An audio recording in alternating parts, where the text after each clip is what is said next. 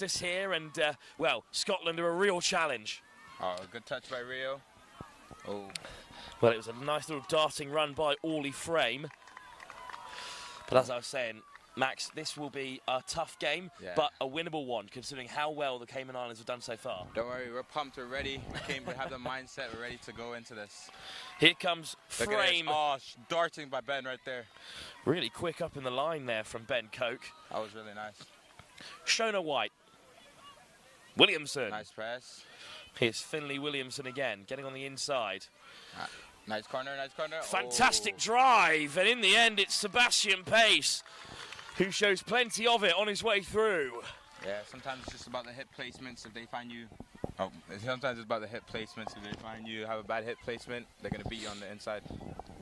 Well, I've got to say, Sebastian Pace is a pretty great name for a touch player to have. And he opens up the scoring for Scotland, who on a similar note have had a good tournament here. But they're targeting that top 3 spot and some nice little arrows by Cayman going through. Off goes Matthew Rees, and Cayman on the front foot here. Rees again.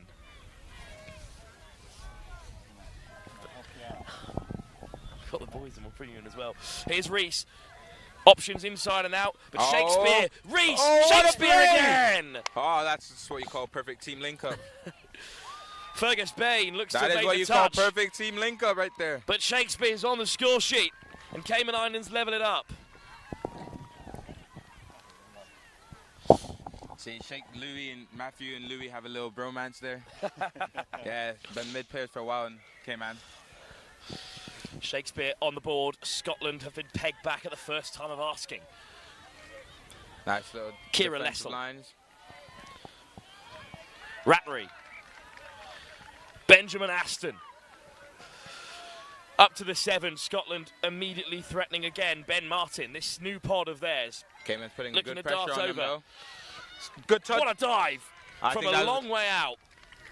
Good touch by Luke. That was a beautiful diving touch by Luke. Luke Chestnut, your replacement in the team, Max. Yeah, how are you feeling about his contribution so far? Because he's been playing really well. I mean, he has been playing really well. I'm proud of him. Obviously, I wish I was playing there, but I am proud of him. It's good to have someone who's still good and understands the team. He hasn't been training much, like you said earlier. So for him to come in and start doing really well, it's actually quite nice. Scotland have some work to do because racing away down the outside go the Cayman Islands. What's the run from? That's a great box on right there. That's probably what you call a really class box on. Look at how far we're up on the pitch. Fagan made plenty of yards.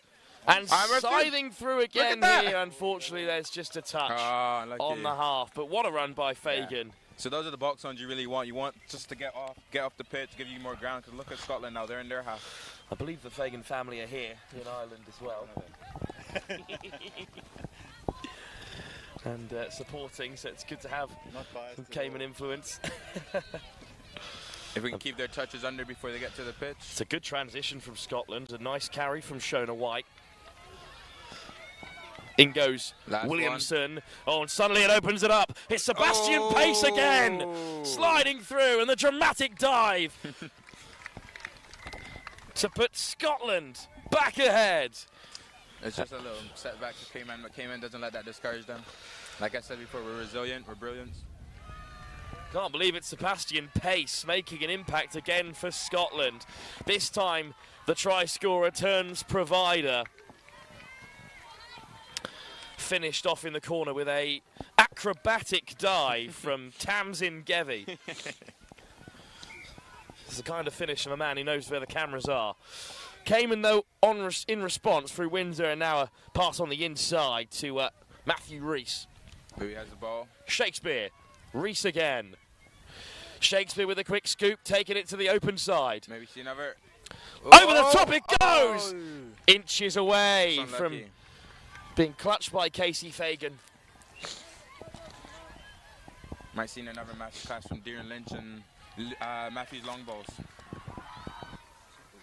Mark.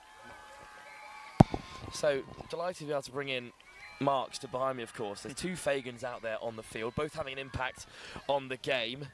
And, well, the Cayman Islands is a perfect example of how touch truly is a family affair. Thank you very much. Yeah, very proud of the kids, both playing for Cayman under 18. And we have Rees going through. No touch was made.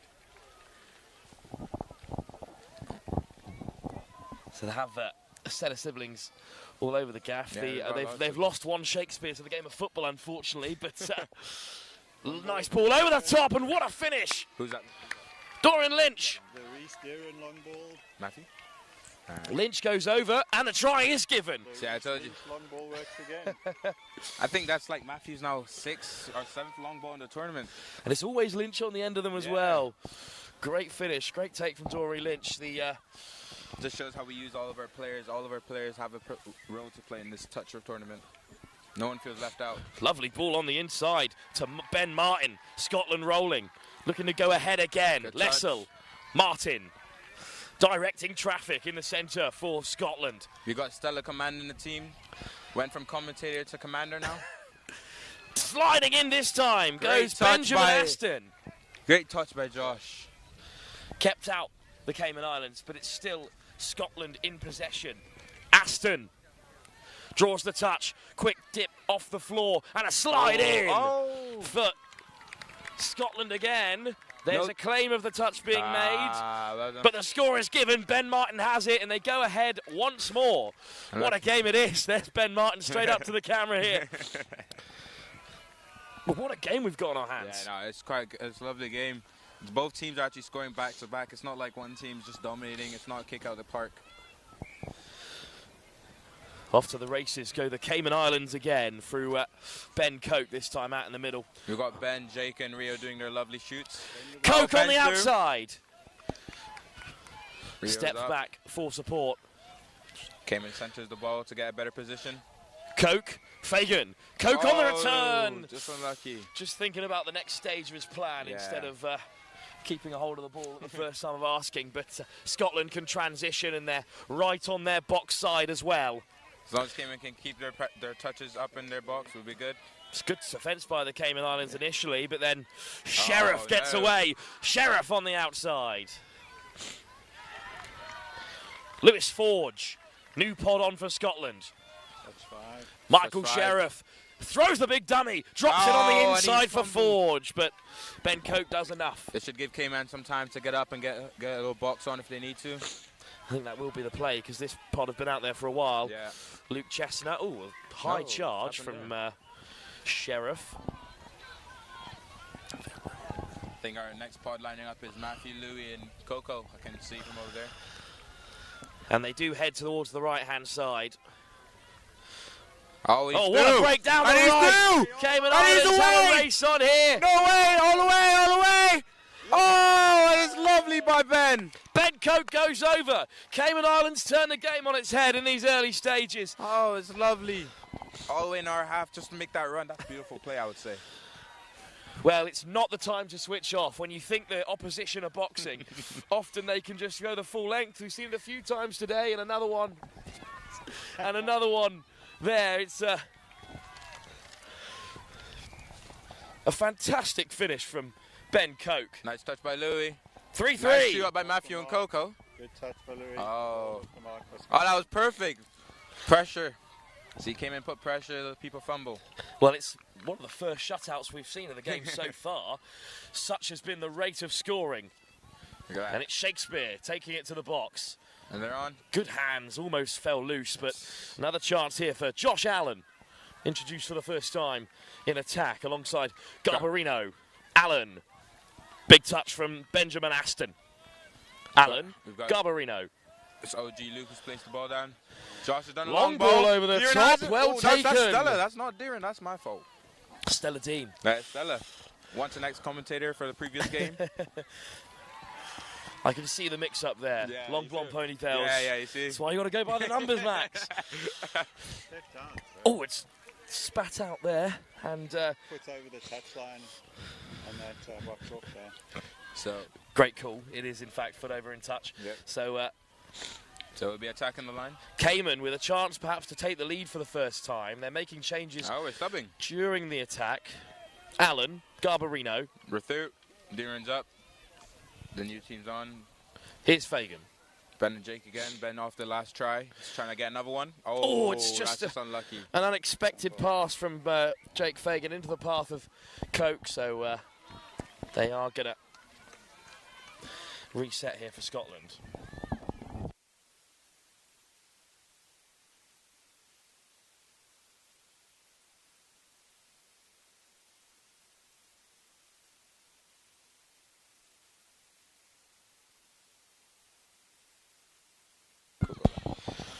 Well, what a break this could be. It's just like the Coke try before, but that time it's Sebastian Pace who didn't have enough of it to get away from Ben Coke. Can't switch off at the box. Both sides have almost been stung by it there. Forge. Little Goosey to get away. Big pickup from Sheriff. Sheriff looking to get over. Important touch made. I think we had a little bump between teams. Great touch by Stella Dean. Shame she's not available for commentary duty, Max, but she's defending well on this near wing. Yeah. And listen, she exceeds in a lot of things. Here come the changes for the Cayman Islands. Good pickup. Oh, that looks like it was a charging touch. It was a physical coming together. It's again, very rare for the person in possession to be penalised, but get away again. Sheriff is the one who tumbled over. Referee's got a handle on things. I think that's his second time doing that. Well, penalty, so Cayman Islands will have a fresh set of 6 inside the Scottish half. Reece doesn't back away from the physicality. Yeah, Reece, he loves a little bit of contact. He's a bit of a football boy as well, to be honest, so he's used to a little contact. Here's Shakespeare. Well, an offside call may have allowed the Cayman Islands in for another score. I think he's trying to get one up on his brother, as his brother scored against England earlier. Well, they've taken the lead now, the Cayman Islands. What a moment. Yeah. Scotland go behind, and this would have huge ramifications for the round robin when all is said and done. Belgium, Wales and England look to be holding the top spots, but perhaps one of these two sides can break that deadlock, but they need a victory here. This is boosting Cayman's morale at very loads. It's been an unbelievable tournament for the Cayman Islands, under 15s and under 18s. We've loved it. From when they went to Euros last year in France, apparently they didn't really do as well as they wanted to, but just like I said earlier, the first win of the day against South Africa just helped us a lot. And then getting a win against Lebanon, even though they were close, that just showed that we have the ability to go far in this tournament. Scotland penalty spares their blushes. Ashton wide to McIntosh. Lovely touch by Derek. But Lexi McIntosh turned away at the door by the Cayman Islands this time. Lessels. Aston Benjamin. Martin skips through. Well, it's admirable honesty from Maya Major. Not claiming the touch, but it's an equaliser for Scotland through Ben Martin. 4 apiece as both sides ring in the changes. This is a lovely back-to-back game. It's exactly the contest we wanted. It certainly woke me up in the early afternoon. And it's Cayman under 15s watching on just as the 18s were during the warm-up. Little dummy not purchased by Ben Coke. We got a thing in Cayman called Cayman Kind, so basically the under 15s are doing it for us, we do it for them. So like how they've been doing tunnels for us after, even if we didn't win the game, we're there to support them. It helps boost morale. It's a really great way. Important touch from Finlay Williamson, denying Ben Coke a second score. There's plenty of Scottish support here. A couple of the Scotland faithful have driven down the full 13-hour drive. Wow. I was chatting to some of the Chinese delegation who said that's as long as it took us to get here. Some of us like... Good camaraderie developing between Cayman and Scotland, actually. Yeah. Scotland out supporting Cayman earlier against England, the old foe. Some of us believe it's just because they want to get to their top thing. If we beat England, they would get top. That would be some result, certainly. But indeed, England is a unifying force in the world of touch because everyone here wants to beat them. Touch there on Ben Coke. Still a chance for Cayman from the 7.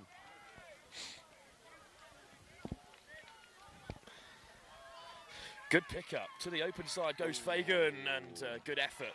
But unfortunately, the pass was right on the toes of Rio Windsor. Scotland have coughed it up in a dangerous area, and Cayman have to use this chance, Max. Yes, they definitely do. But with the team on, I think the team on there right now, they'll definitely have a good plan up their sleeve. Here's Coke. Oh, skips away from one. Touch made. Fagan. Coke pulls the handbrake. Fagan. So yeah, Coke again. might go for that. Winds it up. Oh. overcooked it this time. I think if Lynch was right on the touchline, she might have grabbed it. Yeah. But you may think he probably could have gone for the other side too. Stella was wide open. You may never know. Scotland will have a chance to reset. Yeah. Oh, he's not very good passing to the left. No worries. I can't pass off my left either, or my right, so it's fine. Lifted off the deck for Scotland. Good drive from Sheriff and company. Here's Martin, try scorer already. Looking to get on the outside. Martin with the hitch kick, caught at the very last by Fagan. Nice stretch, those are some long arms.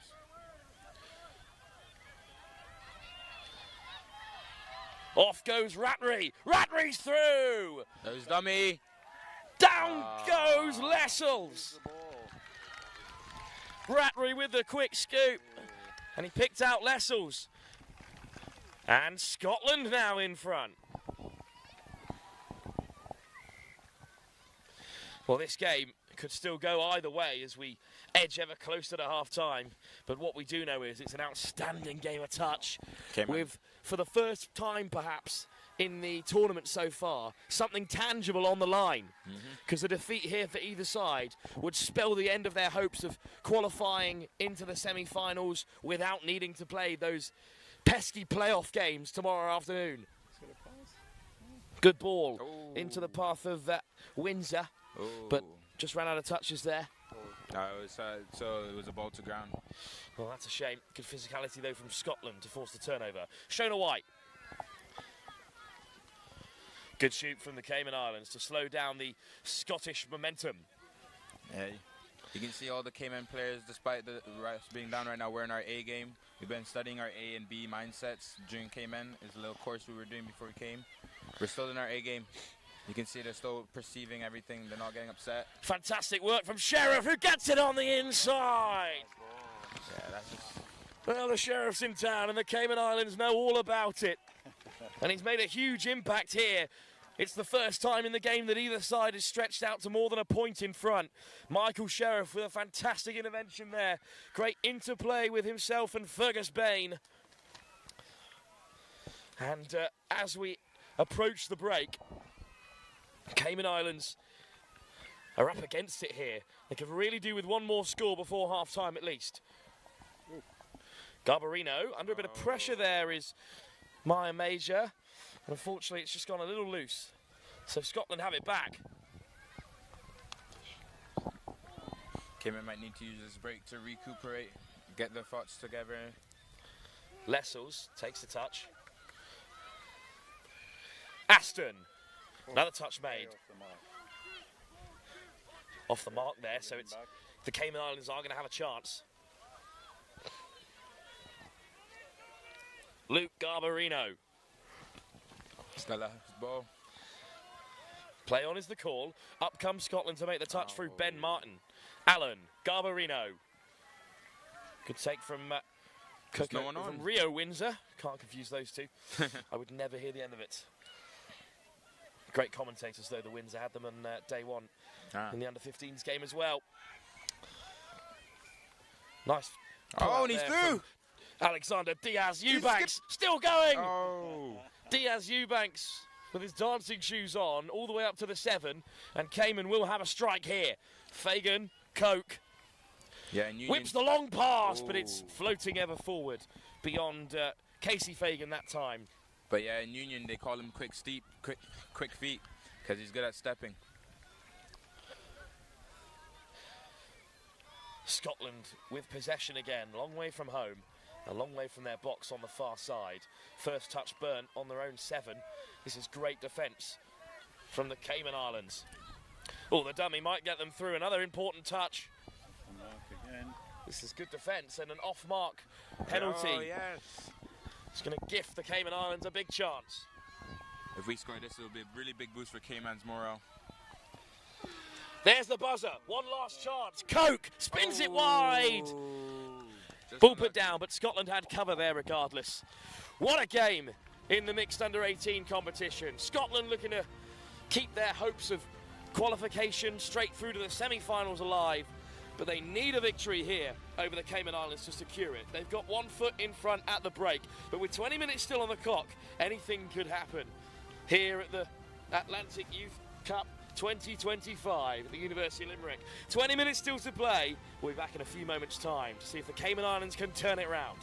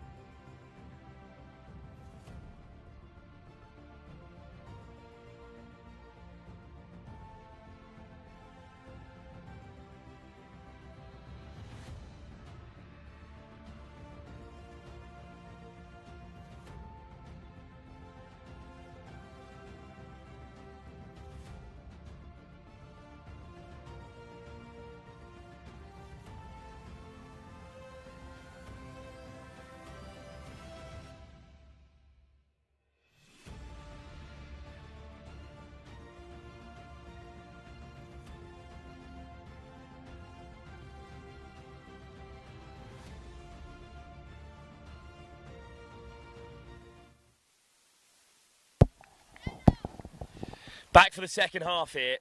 Cayman Islands trail. But Scotland have some defending to do to get things started here.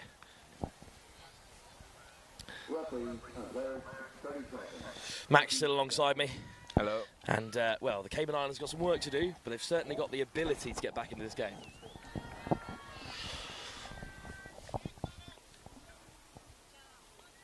We're waiting, of course, for the hooter, the overlord of touch at this level. 10 seconds on the clock. Scotland poised and ready. It's the most attacking pod, I believe, that the Cayman Islands have at their disposal starting off it. Hopefully Cayman can turn it around and, get the win against Scotland and get into the semi-final playoffs. Yeah.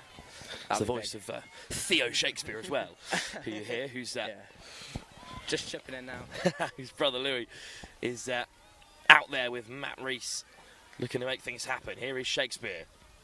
Hopefully he can win it for Cayman. Shakespeare. Rees on the inside. Straight over to score. It's 6-5. Cayman Islands back within one score. Just got away from Finley Williamson. That's all the swimming Matthew used to do in his day. He used to be a swimmer, so that diving has been training. Perfect. On the absolute carpets we've got here to play on at the University of Limerick. Off goes Scotland. It's Fergus Bain. Here's Michael Sheriff. Forge. Sheriff. Lewis Forge again. Sheriff takes a dart. Finds Forge. One more should do it. Powerful touch coming in there from Casey Fagan.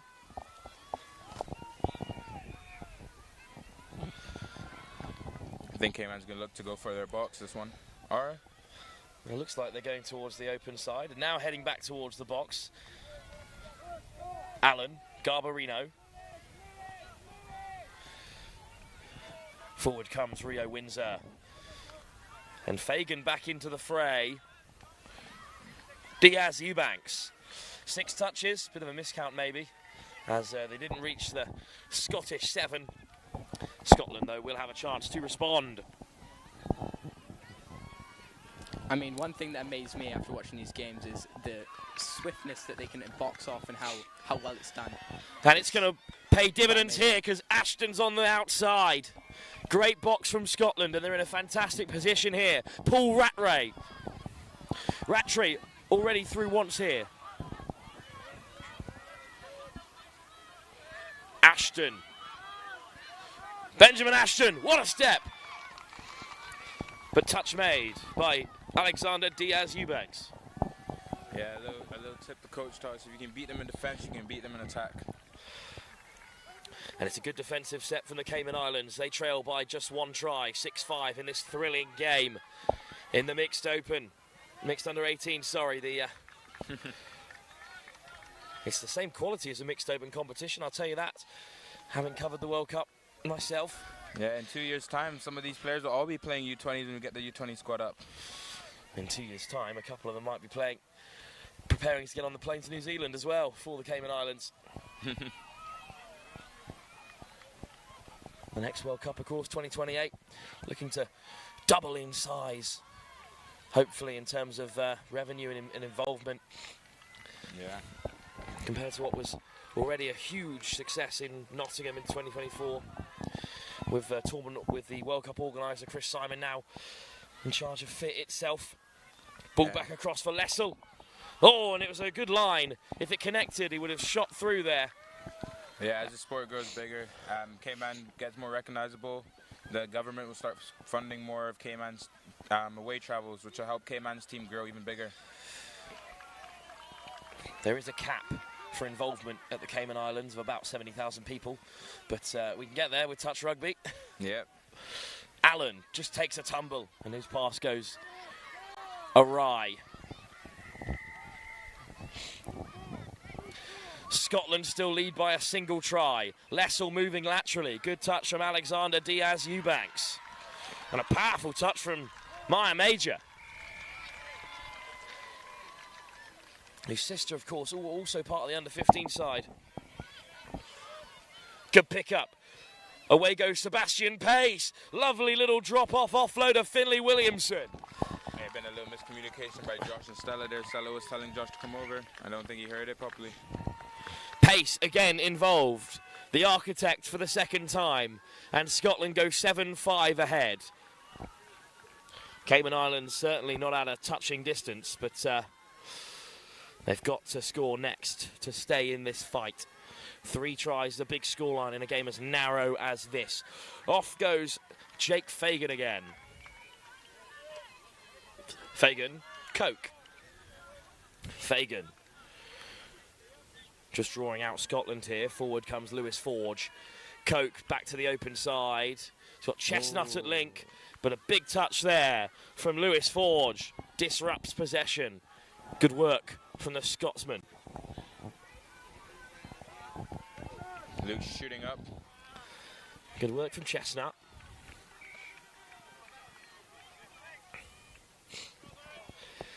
So Scotland have just unfortunately missed out there. A rare mistake from a player of the quality of Ben Martin, but Cayman Islands, Max, have to use this. Yeah, we definitely do. This platform. I tell you, after the end of day one, we got the two wins we wanted, and the loss against England. We're back house. We discussed. We did some video analyzations and just tried to improve from there, which we definitely have actually. It may not look like it because of the score sheet, some people will say, but we generally have. And still improving in this game. Finally, we'll get going again. Cayman Islands up to the 7. First touch of 6 made. And back out there, of course, is Shakespeare and Reese. Appealing for something or other, but gonna have to get on with things here. Shakespeare, Reese, Diaz Eubanks peeling away, and there's a player over. Oh, he had to give the pass. But regardless, it doesn't matter. And he's down. Try scored by Alexander Diaz Eubanks. And I've got to say, if he didn't finish, he would have been hearing about it from Casey Fagan, who was free as a bird on the right wing. Some may say he would have got a fine for that, for the team. Absolutely. And a fine in the Cayman Islands is nothing to shake at, I'm sure. Scotland get underway, and it's Sebastian Pace driving them on again. Good line from Shona White. Pace into the path of Orley Frame. Williams, Pace. Oh, turnover. Stella commanding the team. You can hear her. You can indeed hear Stella Dean from here. Up on top of the mountain. Garbarino carries in, and here is Dean. Garbarino, Allen, right to the box. On comes Fagan. Coke on the inside. Good read from Williamson. Oh, and now a break. A half chance. Loft over the top. Two options there. The link and the wing were free, and unfortunately the pass just dropped between them both. A half chance for Jake Fagan. Missed out there, and Scotland still lead by a single score. Good work from Alexander Diaz Eubanks. Coke shoots up to make the touch as Scotland head to the box. Pace. This fight by Cayman is brilliant, I would say. Wouldn't you say, Wilfred? They've still got a step to go, though. And a draw probably wouldn't be enough for either of these two teams. They're desperate for a victory. Off goes Sheriff. Sheriff gets away from Diaz Eubanks. Oh, Sheriff what a touch. Caught in the corner by Fagan. Great work from Casey Fagan. I think Cayman might win. Head to the box for this one. First touch just shy of the 7. Diaz Eubanks is quickest to react. Fagan, great defence from Scotland. Windsor. This is a great defensive set from Scotland, and it has in the end forced an error. And this is a huge moment in the game. Ripple of applause from the Scottish box as the Cayman Islands are sent back to their try line. Huge opportunity, 6 touches. Forge. Nice Tamsin Gerv. Oh, over they go. What is that? Try given. Lewis Forge. He's found a way through. Some might say he's forged a path to the try line, but I wouldn't do that. Far too much integrity. Yeah. But Scotland now up by 2 tries. And that's a serious score. Seems to be some dispute between the referee and Matthew, as he doesn't think that it should have been given the try, but Not much you can do to change their call, however, once it's been done. And these referees, the fact that there's 3 of them out there, usually guarantee a good call. yeah.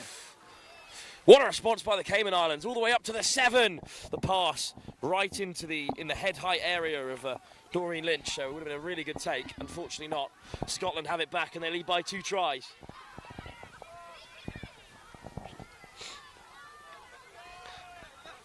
Touch made on Lessel, roll ball. Or was it a foot in touch from Diaz Eubanks? I think it was, so Scotland are allowed to continue. It's another hint of a roll ball there, Yeah, but Scotland get away with it.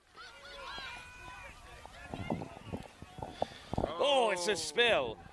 from Finlay Williamson. Some might say that was just Cayman's pressure right there. It was, in fact, good defensive work. Garbarino, Allen, laterally straight to the box so they can make their changes. That's a smart play. Oh, Louis. Round the corner comes Shakespeare, roll ball. Well, indeed, no touch, I think, was the referee's call. Regardless, Shakespeare shoots out to make the touch, but here comes Scotland again. Great break by White.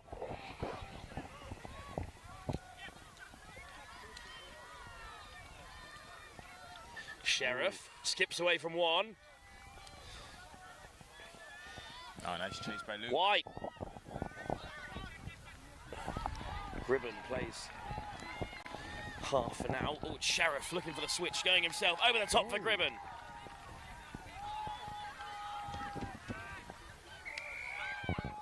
Oh, touch pass, I believe. Penalty for the Cayman Islands. They've got to get a move on here.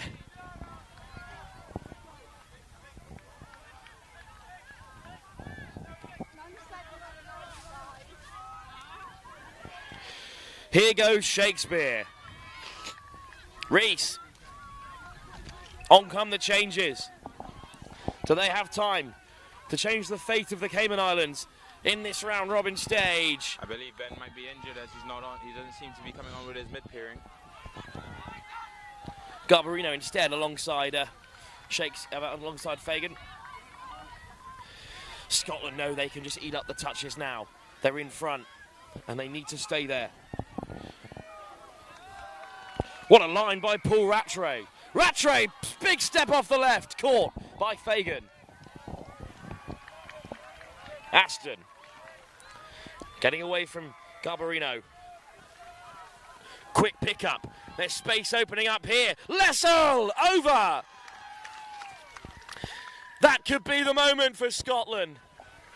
There's a great reach by Luke. Well, the try hasn't been given. Lessel denied a second score. But we're still in the danger zone here for the Cayman Islands.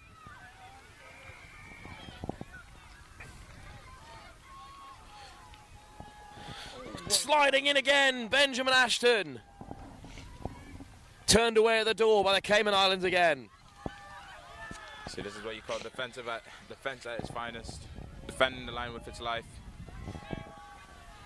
Aston. I think it's getting a bit tense between the teams now. I think it absolutely is. It's as tense as you can get at the under 18 level. Missed pass, what a ball! Lucy Gribben scores the winner. Scotland have surely done it. They've kept their hopes of qualifying straight to the semi-finals alive, with big games on the horizon. They are down but not out, of course, the Cayman Islands, but it would be a miraculous turnaround from here. Well, it was sustained pressure, really, Max. To be fair to Scotland, they were in the right area and they stayed there for as long as they could. To be honest, even though the turnovers we got, they just kept pressuring us. We eventually lost it, gave them that little miss pass. Allen. Shakespeare. Deeran's calling for it. Ball on the inside. Goes to ground. Penalty is the call. Cayman's mid-pair seem to be quite disturbed. Not the usual two that we see. It's usually Shakespeare and a Reese, but seems not to be now. That's true. Allen. Shakespeare. Shakespeare slides in again. Touch made, but they've still got a few left in the chamber, the Cayman Islands. Yeah, I think Ben might be out of this tournament, this little game now. I can't see him in the box anymore. We wish him well. It's Shakespeare still trying to make an impact here. Oh. Lovely pass.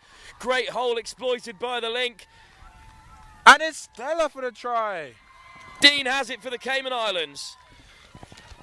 A popular score behind there, where the under 15 side have poised themselves. And Stella Dean scores. But is it too little, too late for the Cayman Islands?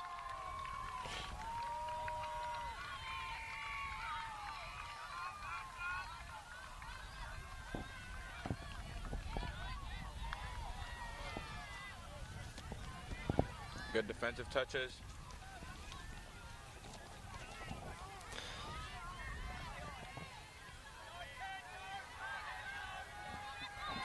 Scotland still pressing here to restore that parity. Lovely run down the right by Fergus. Bain over. Can he find a pass? Down goes Scotland. It was a touch pass, I believe. Tasman Gevy is denied a try. Good work from Bain. And Jake's away. It's off to Darren. Nice little box off.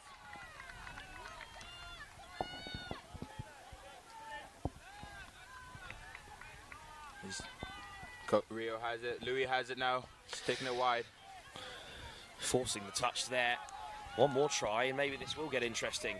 Oh. Shakespeare. Oh, that's unfortunate. Shakespeare's getting a bit annoyed about that one. Well, very fine margins at this stage in the game. I mean, if you were close to getting to the semi-finals, you'd be here too, wouldn't you? Still got to qualify to play if it doesn't go to plan, but indeed, both these sides may still end up in that qualifier. Excellent acceleration. Away goes Aston. Rio. Aston on the outside, just the wing of the beat. Good work from Lynch. That was lovely pressure by Rio, though. Rattray.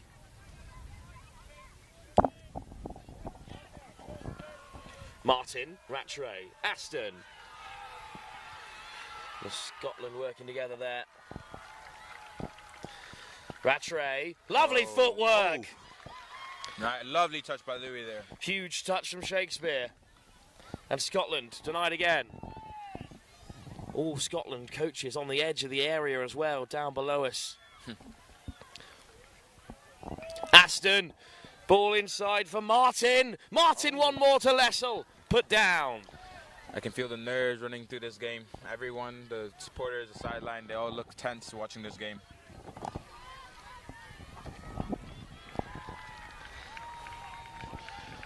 Good ball from Shakespeare to keep the attack going as they head towards the box. We are in a fleeting period of the game. There are mere minutes left here for the Cayman Islands to get back into it. Nice ball from Fagan. Oh, and soft hands from Rees. Lynch looking to step back against the grain, but is caught. Rees, Dean, Fagan. Ball on the inside from Garbarino, but Scotland defend it well. And the fans around us here in tartan colours know exactly how important that was. Oh, Pace spots a hole! And the man who got it started has finished off the game. Looked like a little miscommunication by Cayman. Everyone just stood still and didn't know what happened there. Sebastian Pace who sealed it with great acceleration. That might discourage Cayman a little bit, but I know we're strong. We'll fight through.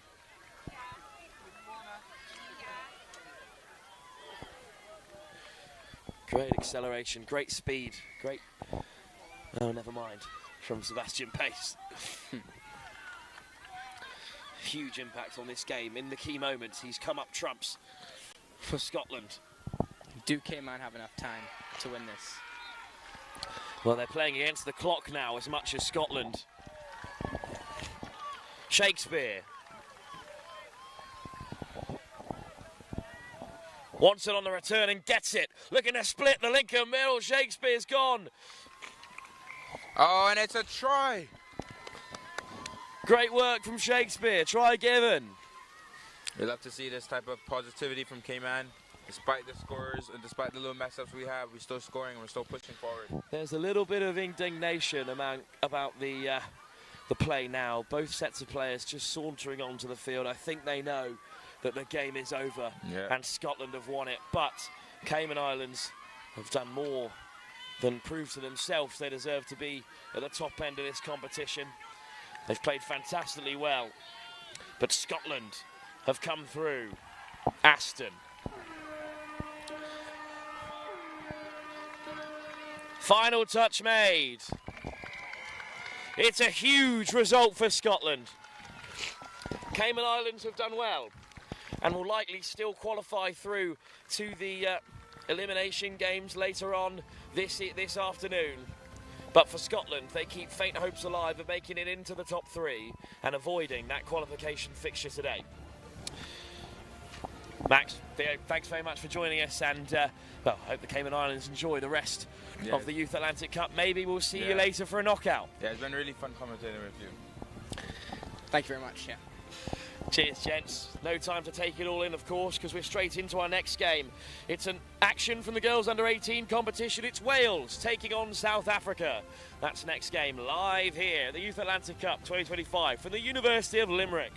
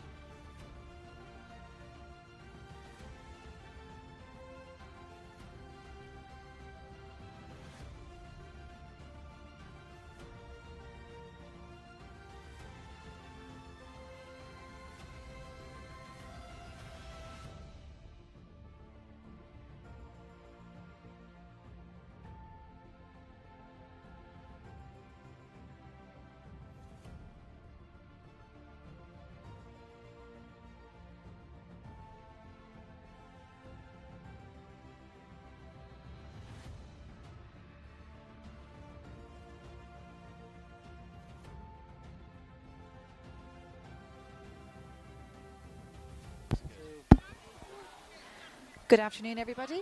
We are here at, where are we? We're at the University of Limerick. We are indeed on pitch 2. And here we are about to see South Africa versus Wales. Girls 18s. Really looking forward to this match. You have Michelle from Ireland Touch and Jacob from Wales Touch. two really nice novices who are going to commentate this match together.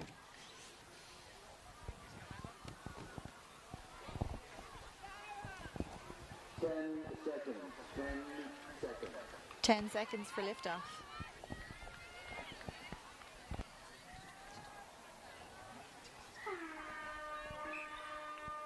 And it's Wales to tap off with Yasmin there. And that's great yards on first touch there from Sophie Southgate.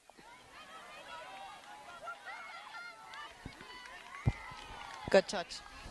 It's a really good and fast start from Wales there.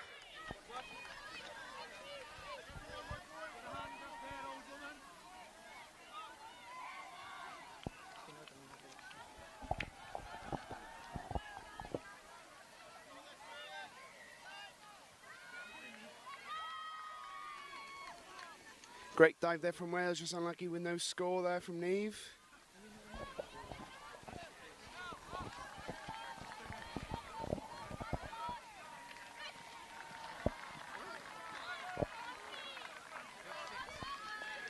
It's a good starting set there from Wales.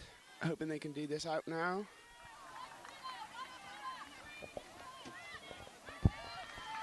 South Africa opening up the Welsh defence. Great run here from there's South a chase Africa. on, there's a chase on. That was a great chase, so unlucky. Great heads up work there from South Africa. Really good start for South Africa. 1-0 to South Africa.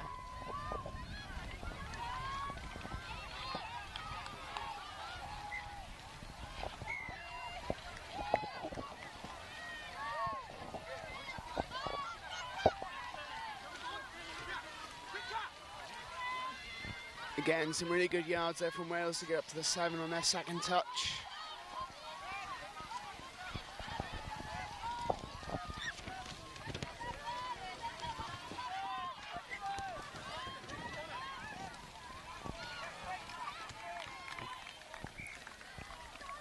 Nice defence by South Africa. Turnover ball.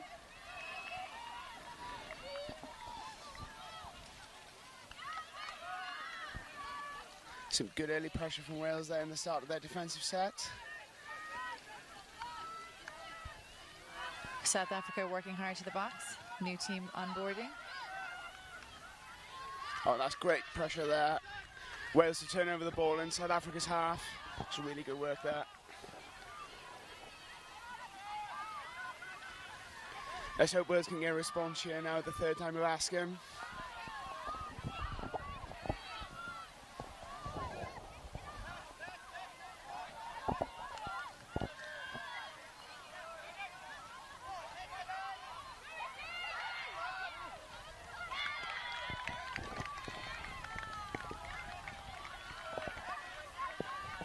Good attack by Wales. Good defence by South Africa to keep them out. Wales setting up again for another.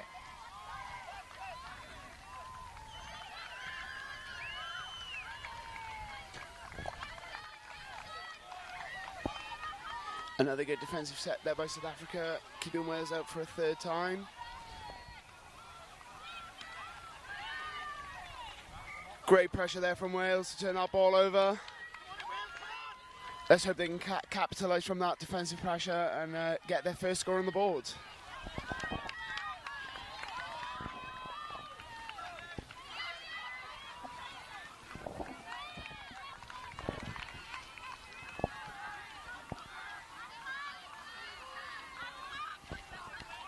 And Wales are going for a sweep, and it's a pick-up. They were unlucky there. There was a space opened up. They picked the wrong option. Let's see what they do next.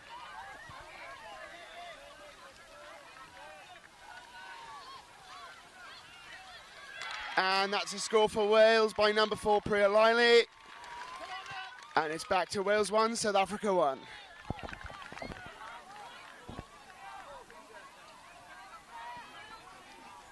The Wales team really worked hard there to get their score, putting some great defensive pressure on South Africa to turn the ball over and then capitalise from their pressure.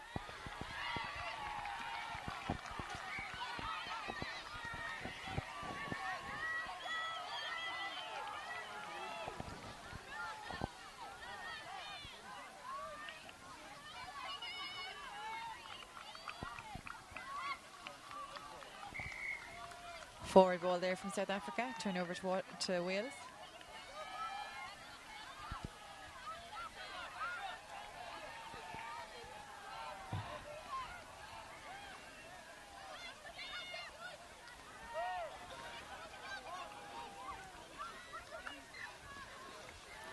Wales unlucky there. Didn't manage to box off.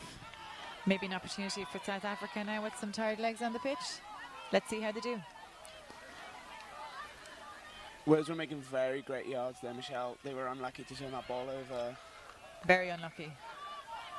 They need to work hard here for the next few touches to keep South Africa out. That's some good first up defence there from Wales. Let's see if they can keep this going for the whole set.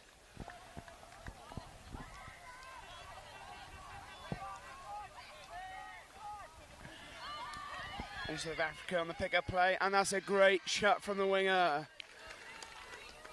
So that's another great set of D from Wales. At the moment, defences are on top here. Wales need to be careful and just get out of that zone, get to the box. Oh, and that's another unforced error for Wales. South Africa will really hope to capitalise on the pressure they're putting on Wales here now. This is their third defence, I think. Third defence, yeah. Third defence. Let's see how fit they are.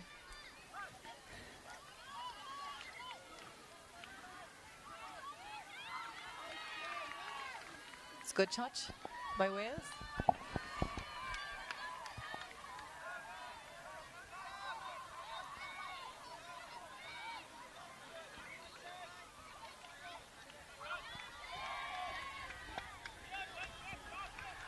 It's another great touch there by number 10. Josephine House, she's working really hard there in the middle, making some crucial touches and crucial saves for the Team Wales. To pick up again.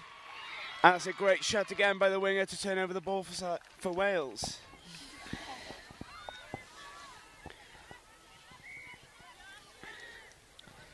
Nice, much cleaner rucking now by Wales, getting to their box. Oh, that's good yards there for Wales. Slow coming on. That's better for Wales. Let's hope they can set up a scoop here now.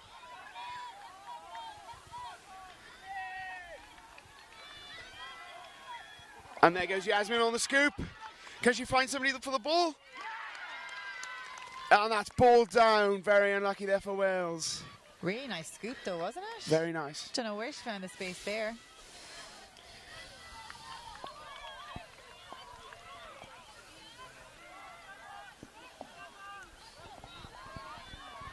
South Africa making an easy work of coming on from the box. Really nice tempo.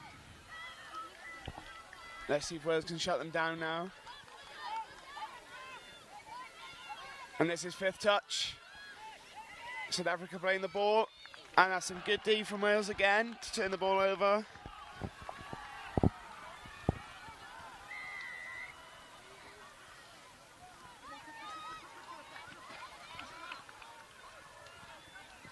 Oh, and that's another unforced error from Wales on that transition.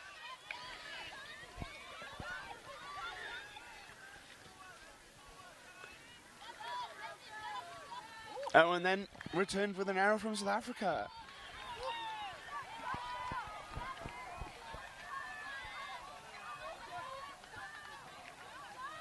Some good first up yards there for Wales.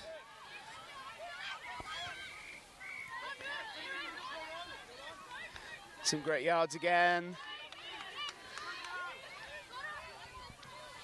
Some much better transition from Wales. And that's last touch. Can Karis Gibbons create something here now? No, that's so unlucky. Very nice play there though. They were creating space. Very nice. Wales are creating plenty of chances. It's just they need to capitalise on those errors. That's some great defensive pressure again. South Africa working hard to get the yards. That's great yards. And there's a scoop. And she was half, so that's a turnover for Wales.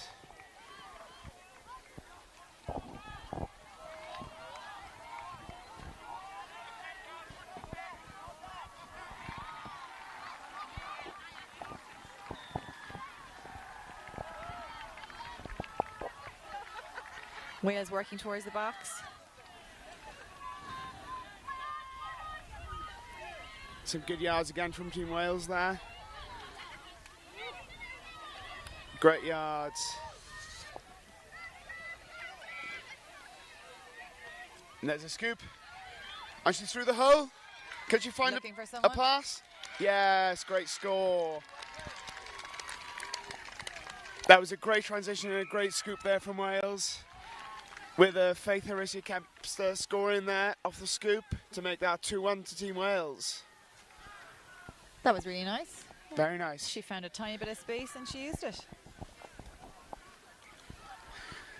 Wales look very good when they cut out their unforced errors. They look a very dangerous side, especially on the scoop. With some of the quick girls they go in the middle.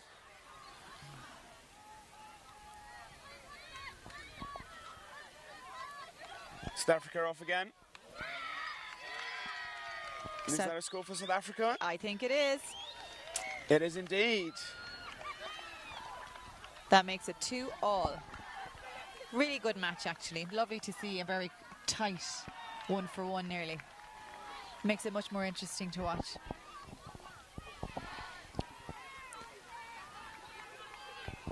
Although, what do you think if Wales could cut out those errors? What do you think? I think if Wales cut out those errors, they should they'll create a lot more chances and will probably be on top in this game. They've just got to make sure they cut out all those unforced errors. And as we say that, there's another one. Easy for us to say it up here on the hill, isn't it? Oh, definitely.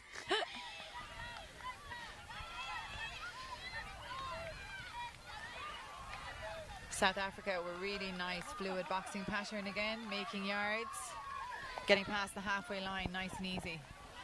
Wales with really nice defence there, shutting them down. It's another great defensive touch from the winger.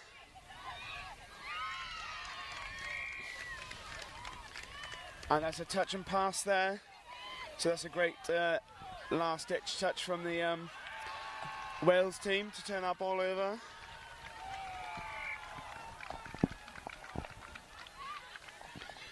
And that's great yards, first touch. And second, this is a much better transition from Wales. That's third, so it's fourth coming and they're probably about 15 metres out. That's last touch now. Can we create something again? Not quite this time. Good defence there from South Africa.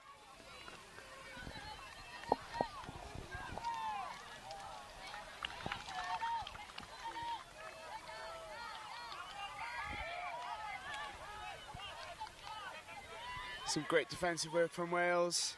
And they turned the ball over. It's the first time South Africa has done that now in their boxing pattern. This gives Wales an opportunity now.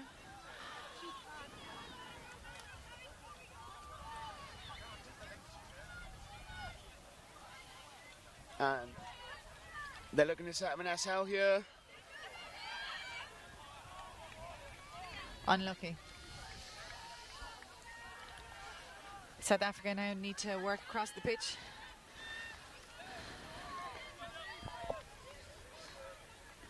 It's a good first two touches there defensively for Wales. Stopping South Africa again all the way right to their box. And that looks like a voluntary roll ball from South Africa. So that's a turnover to Wales.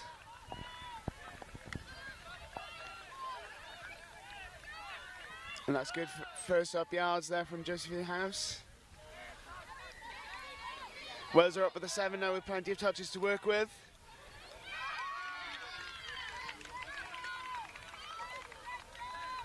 Really nice dive, but saved on the line by South Africa.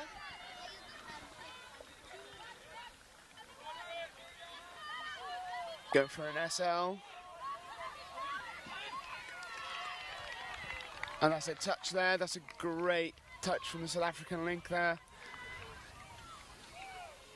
And this is last touch. Can Wales create some magic here? And that's great defence again there from South Africa.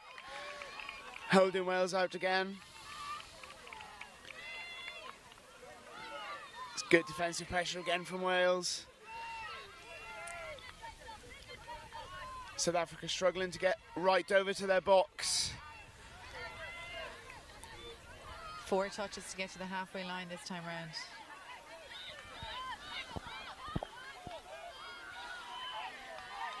And she scooped through. She's away.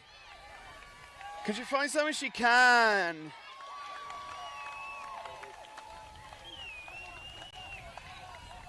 Big congratulations amongst South Africans. They're delighted with that score.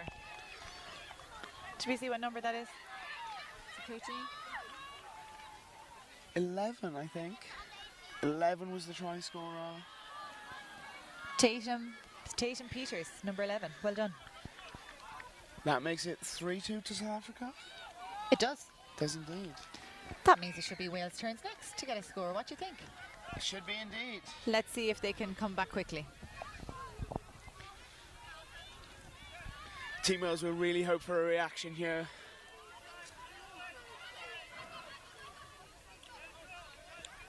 Wales were looking to sweep there. They've just burned a touch there. Let's hope they're going to strike on this play now. They're going to sweep. They're going to sweep. Oh, and it's a pick-up. Space out there.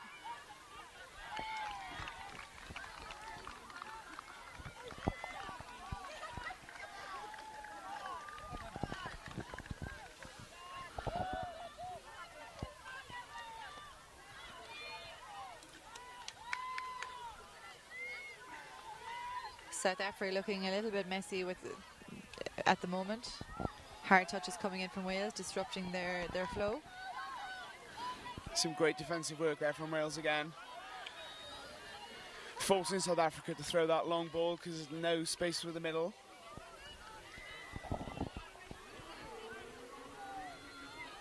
Let's hope Wales can get a nice clean transition to the box. It's great yards on first touch there.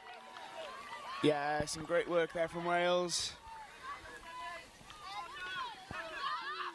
Taking third touch now, probably about 15 metres out.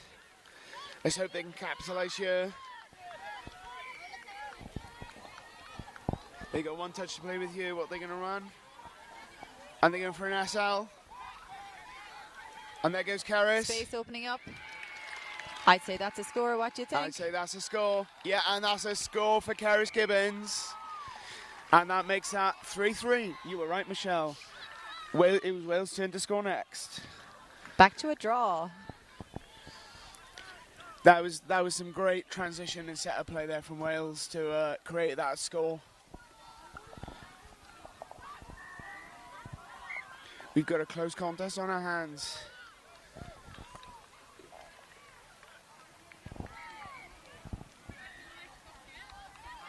South Africa here hoping to get a response with a very early and deep sweep, and they picked up Loads of space. Oh, and that's a ball down. Very unlucky.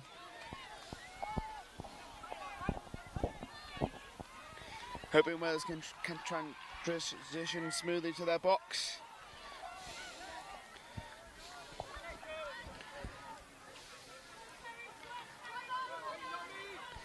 Oh, there's some slow numbers coming on there for Wales. And that's fifth touch. Can Wales create something from this? Oh, I think that's slightly forward. Good pressure there. Yeah, and that's also some initial good work from Wales to be able to set up the scoop. Just unfortunate they couldn't find any space to break the line.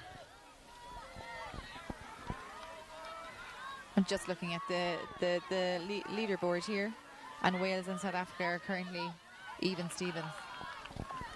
Oh, so this game matters. I think it should. For absolutely. For those bragging rights, and I think it's to avoid a game this evening, isn't it? Oh, is that what it is? I think so. Because they would go up. They potentially could go into second place. Oh, and that's another unforced error there from Wales.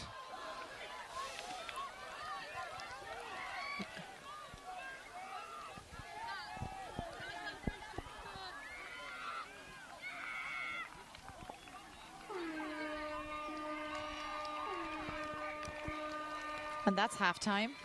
And we have 4-all. 3-all. Is it 3-all? 3-all, I think. Sorry, 3-all. So 3-all at half-time. Been a very evenly contested half, with both teams going at it and both teams creating plenty of opportunities. I think that if Wales can cut out some of those errors they made during that first half, then hopefully they should come out on top in the second half. And the sun has gone in, so it's not as warm. So actually the players should get a deep breath now for the next couple of minutes before they kick off the second half. Most definitely.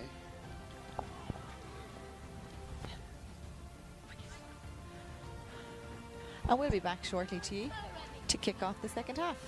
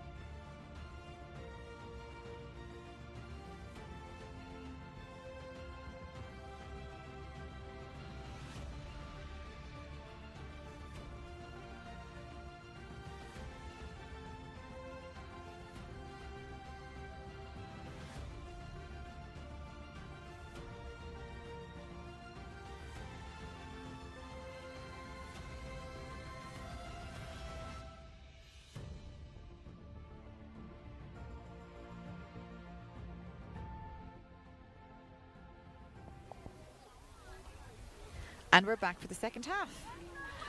This time we're going to have South Africa tapping off. Let's see how they do. 3-3 at the moment. If you're just joining us here, we're here at the University of Limerick. And I must ask you, Jacob, since this is my hometown, and it's actually my home university. Just graduated, you all know. But what do you think of UL? What do you think of the facilities in the tournament so far?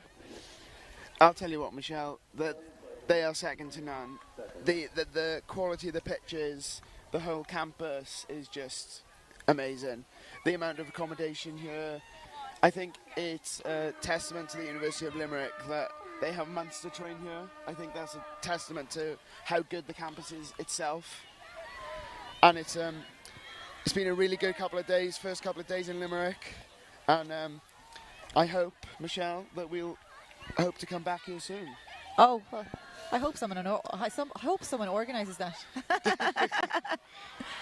And as we've been watching, South Africa have scored another try. What a good start for South Africa in the second half. We now have a score of 4-3 to South Africa. Let's see what Wales can do in response. Wales will really look for a response here now. I think they would have hoped to have kept South Africa out there, but they haven't. So I'm sure the coaches will be asking them for a response here now.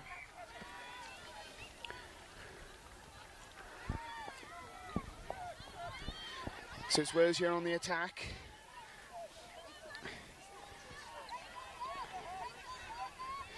So believe it or not, Michelle, Wales girls 18s are coached by an England Women's Open player in Danny Payton. And is she giving away all the English secrets? Oh, I'm not sure about that. But that's some good early defensive pressure from Wales. Let's see if they can force a turnover from South Africa here.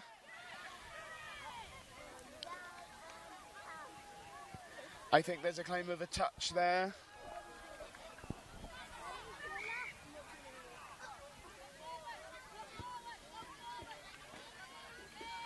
South Africa creating great space, making great yards. Lost ball by South Africa, opportunity for Wales. That's some good defence there from Wales. Should be an easy transition now to the halfway line for them. Good yards first up there. Good yards from Wales here so far. That's 4 touches. Let's see what Wales can set up here on 5th. And it looks like we're going to have a sweep.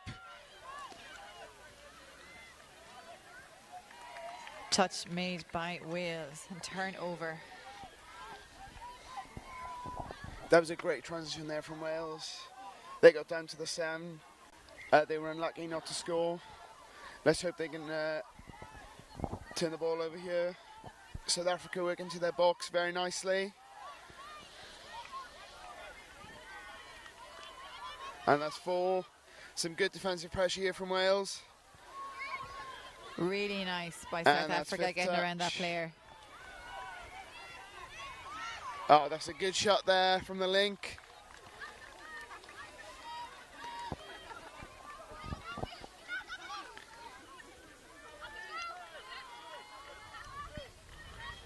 That's a good start to the transition from Wales.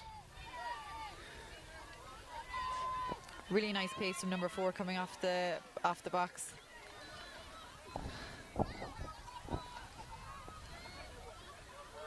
And here we go, another sweep. And that's picked up there by Yasmin. And touch made by South Africa. Turnover ball for South Africa. Let's see, can they do something now? They're on box side already.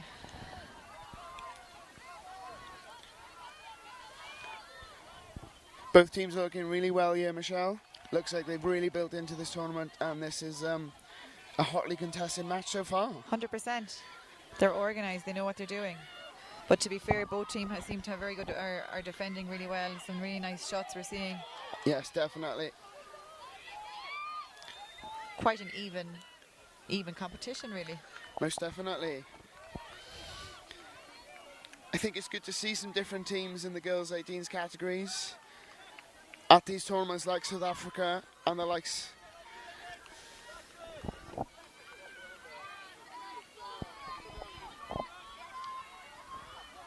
Nice yards there by Wales. It's a great drive there from Sadie Boone to set up Keris on the scoop. What do you think? Did they pick the wrong option? Space out on the right hand side. It's definitely spaced out on the right hand side. Easy for us to see it here as we sit in our comfortable armchairs. South Africa now working hard to get to their box, making good yards on that.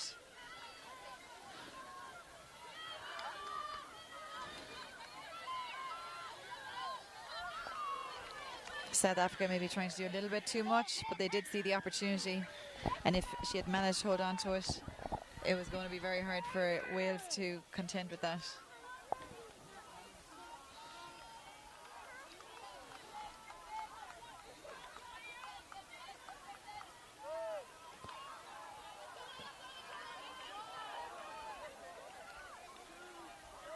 So it's Wales on the attack here again. That's some good yards again by number 4. So they'll have some touches to play with now at the line.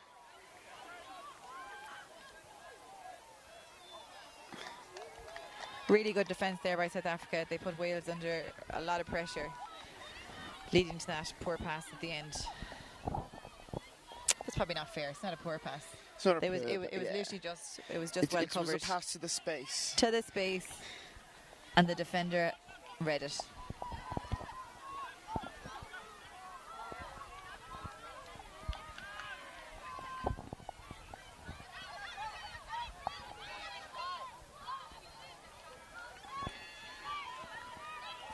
Really nice by South Africa, creating space. Some Touch good and pass defence by again South there from Africa, back Wales. to Wales. So Wales can get to their box here now, get some fresh legs on.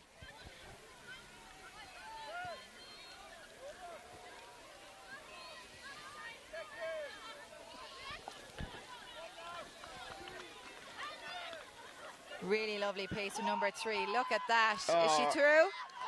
That's some great pace. Woo! Did they get to touch or was it a try? What do you think, Jacob? I think it may have been a touch. It's quite difficult to say from up here, Michelle. Let's see what they say. Oh. They'll have another crack at it here. But that was some really good work from Wales. Really Coming good on with pace. some intensity.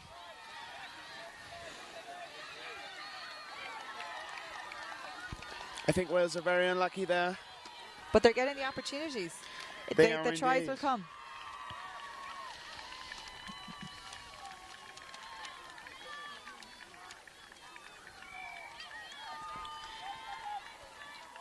Wales are going to hope now they can turn the ball over here in defence.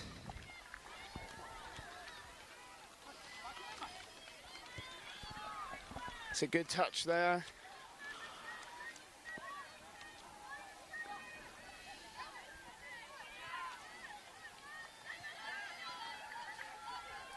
It's another great defensive set from Wales there, turning the ball over just inside their own half.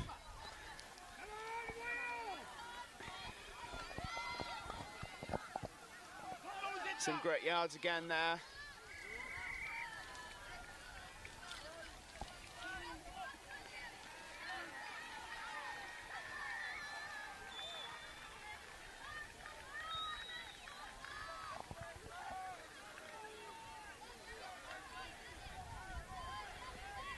And was it picked up here now? I'm pretty sure she'd have just attacked the short side. She'd have probably been in.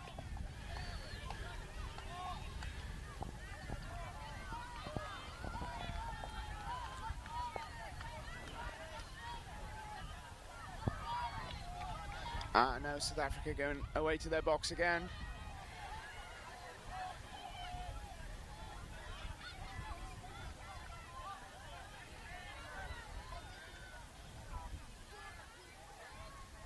Not sure what's going on here. Refs talking to each other to understand the situation.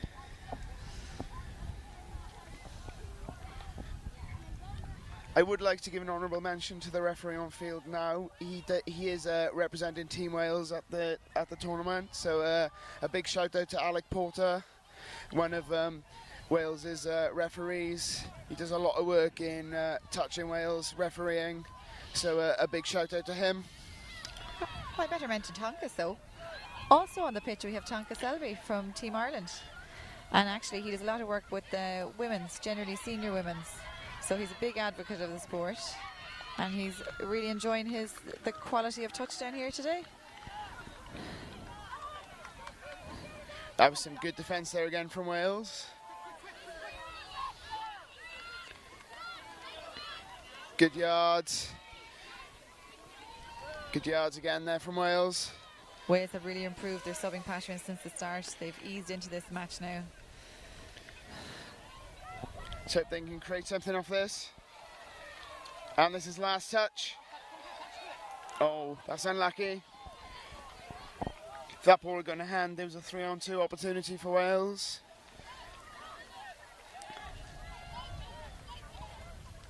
South Africa working to the box. South Africa making good yards towards their box. Making it a lot easier to get some new players on.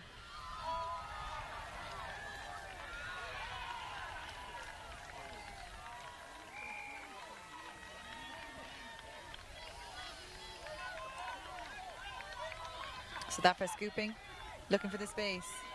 There's some great defence again there from Wales.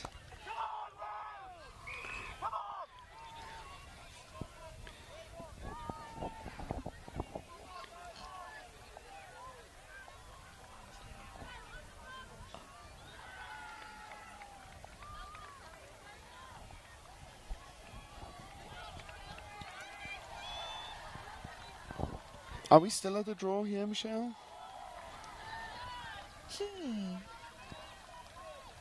Yes, we are.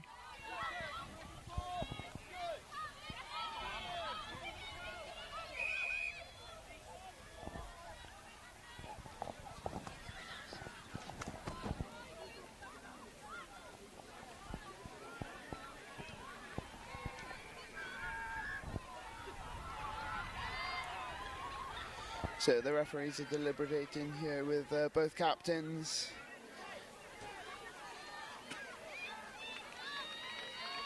I'm not too sure what's going on, but I think both teams are having a talking to.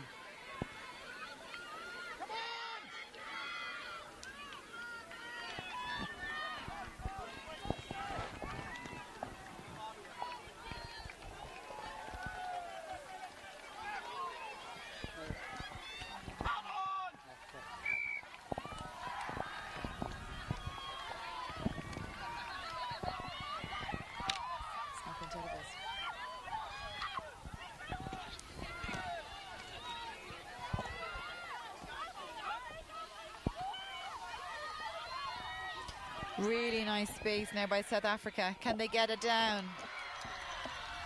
And that is another score for South Africa. Well done. Really nice flow there. Wales are going to hope for a response here now.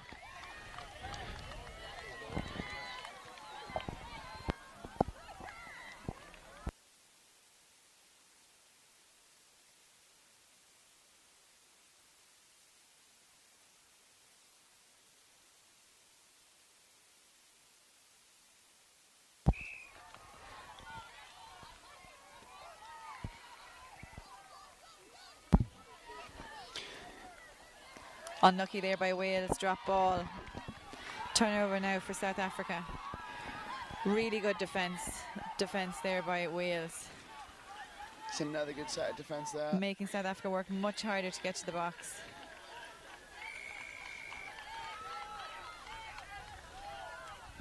So that's fourth touch and South Africa is still in their own half. That's some really good work there from Wales.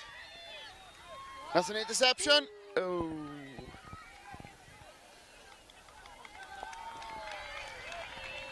Ball back to South Africa. Penalty for South Africa.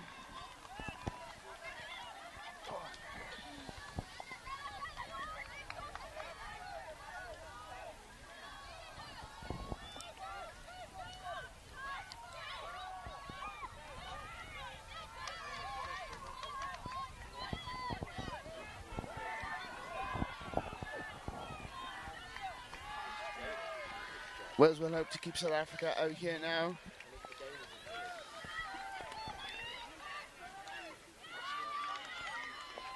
Nice dummy there, but Wales read it. I think that's another offside penalty there against Wales. Another 6 for South Africa. Let's see what they can do with it. Really nice dive. It's a great touch there by the link for Wales.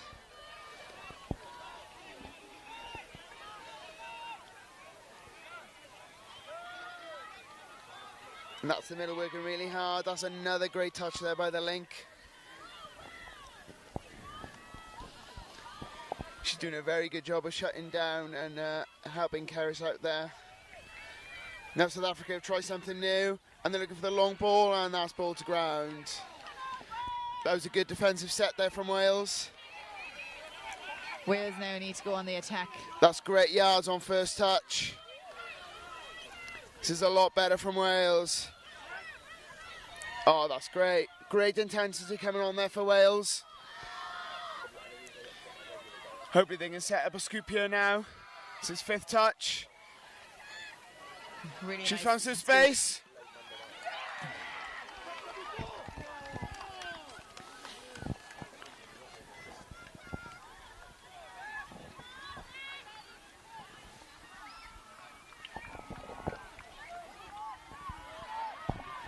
That was a much better transition set from Wales. And South Africa going to come back with one for themselves.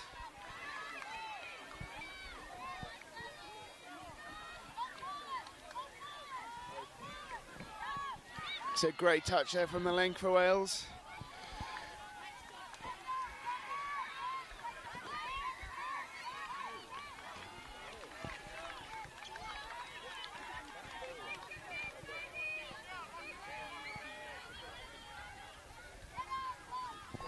Let's hope Wales can work their way over to their box and get some fresh legs on. It's a great double punch from Wales there, first up. Oh, that's unlucky. Turnover ball now for South Africa. Can they capitalise?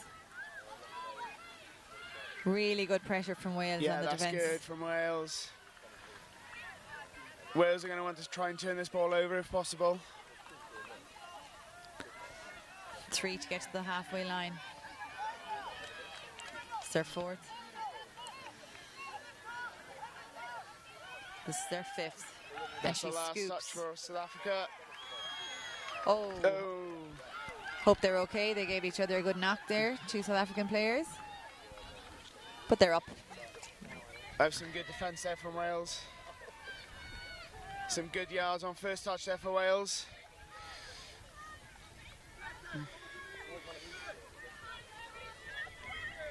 Yeah, some good yards again for Wales.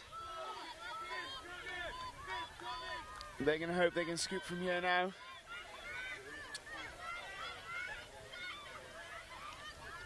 Oh.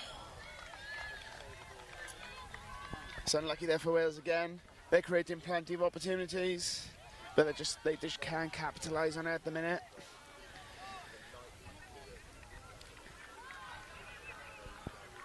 Sun's back out. I was getting a small bit chilly there. I'm sure the players aren't cold down on the pitch. They're working hard. It's great to see South Africa travelling so far. They have 4 teams in the tournament this year. And I think, from what I hear, they're enjoying their time here in Ireland. It's great to see other nations travelling to this tournament. We've got the likes of, I believe, Portugal are here for their first time, so that's great to see. And the Ukraine. And the Ukraine, most definitely. And it's a great opportunity for youth participation in the sport, because we know that youth touch is the next generation of players that we'll hopefully be seeing in 3 to 4 years' time playing in the open divisions. 100%. We've had 3 Irish teams for the last few years, and we have 6 this year. So we're delighted to see the growth of youths. We can't wait for some of them to graduate up to our open squads. And most definitely.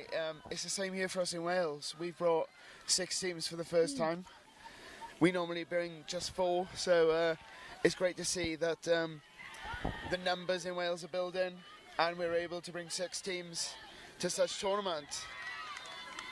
But I think also the standard has been very high throughout the tournament at all levels. Oh, most definitely. And it's great to see the introduction of the girls 15s and boys 15s division for the first time. Absolutely. And some very competitive matches in that division. South Africa here now trying to break the line against Wales. And that is the hooter for full time. Correct me if I'm wrong, I believe that's a win for South Africa. I do believe that's a win for South Africa. Unlucky for Wales because it was a very close contest. It was a very close contest indeed.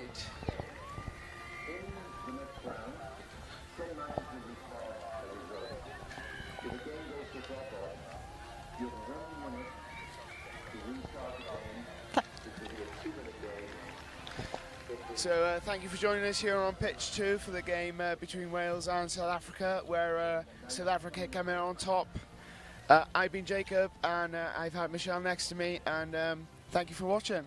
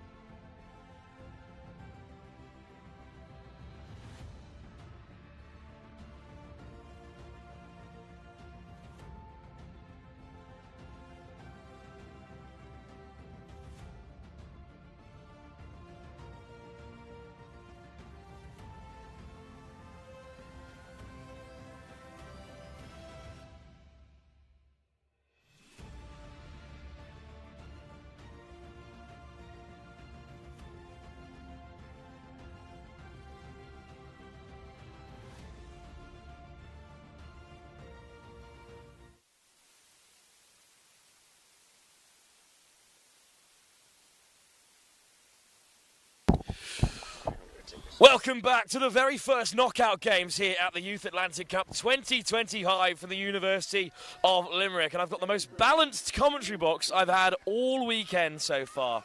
Anthony Newton to my right and two of the young Scottish lads to my left who you saw out on field 2 here playing for Scotland under-18s a few moments ago.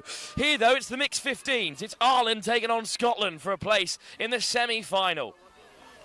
Anthea, a great new way to run this tournament. Even after the round-robin stage, it's not just first and second straight to a final. Got to put them through the ringer a bit more. And these are the qualifications for the sides who finished outside the top 2, which were, I believe, France and England, to make it through to an next range. As Ireland, we had a fantastic score there, just coming in from Alex Birrell there. Carl Birrell coaching on the far side. Be proud of that one. That was a really lovely move, ending in a score. And let's see if Scotland can reply.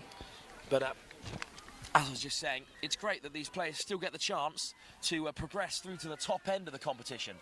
Yeah, absolutely. It gives them that option to continue their journey. They're not just knocked out early. They get a chance to have a go at the guys from the other pool. And it's Scotland on the charge. It's Tom Travis-Smith. Round to the left goes McIntosh. Caught at the 7. Laid back for Travis-Smith. First chance of the game for the Scottish side. Travis-Smith, good pick-up. Winding away to the open side. Suddenly it opens up. Lachlan Craigie goes over. Scotland have equalised at the first time of asking. Seb Pace alongside me here. Well, tell us about this under-15 side. That's a great score to get things level. How do they feel about playing the host of the competition? I think they'll be feeling good because they've played against us before. They've done really well. And I think they'll be high as a kite right now. Just replied to a good Irish squad. And yeah, I think they should just keep up the intensity. How did they get on against the under-18s? Good.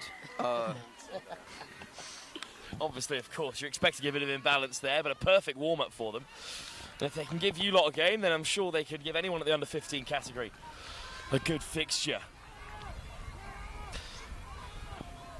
This is one of Ireland's strongest sides in the competition, this mixed 15s. They looked really bright yesterday when I watched them over on field 1. Missed out this time, good Scottish defence, but, well, at this stage, what we're hoping is tight games across the board.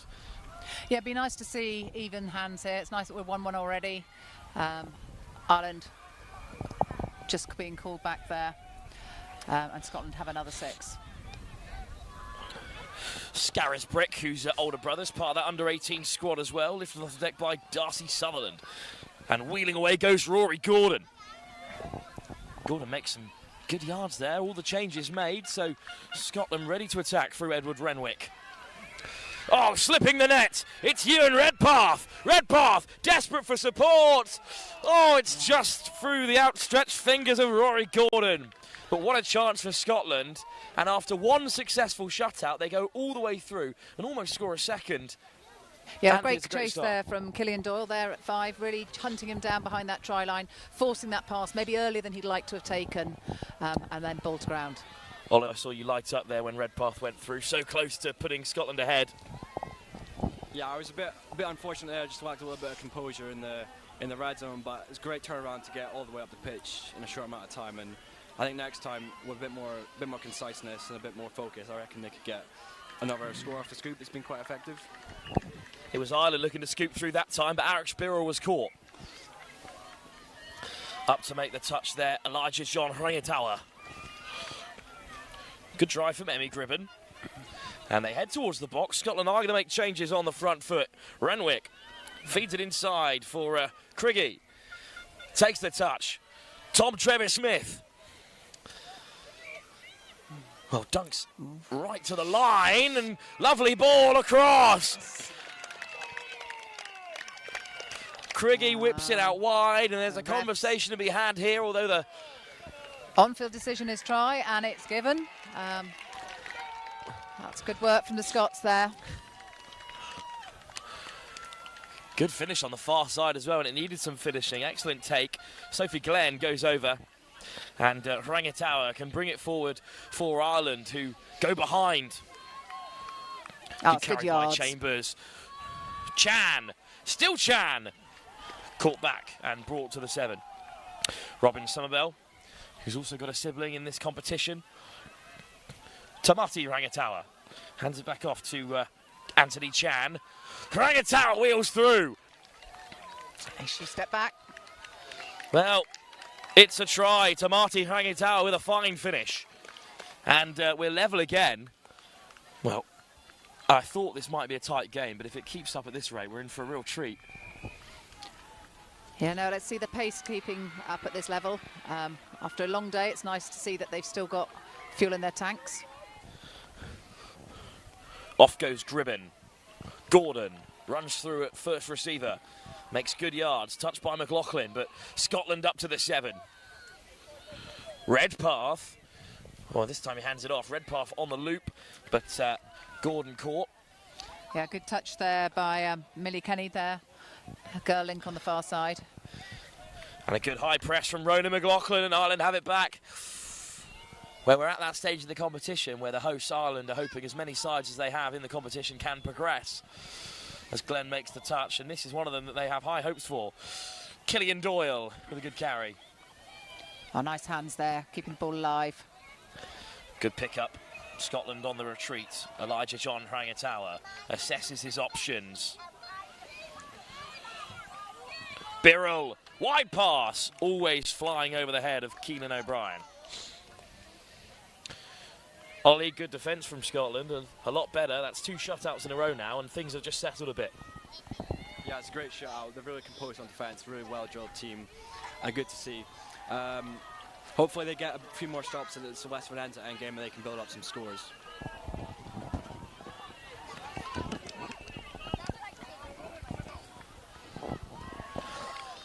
Well, good drive from Scotland, and it's just clattered off an Irish player on the retreat. Molly Quinn in the way. I think we're just going to continue the play here through Scotland's Lachlan Craigie.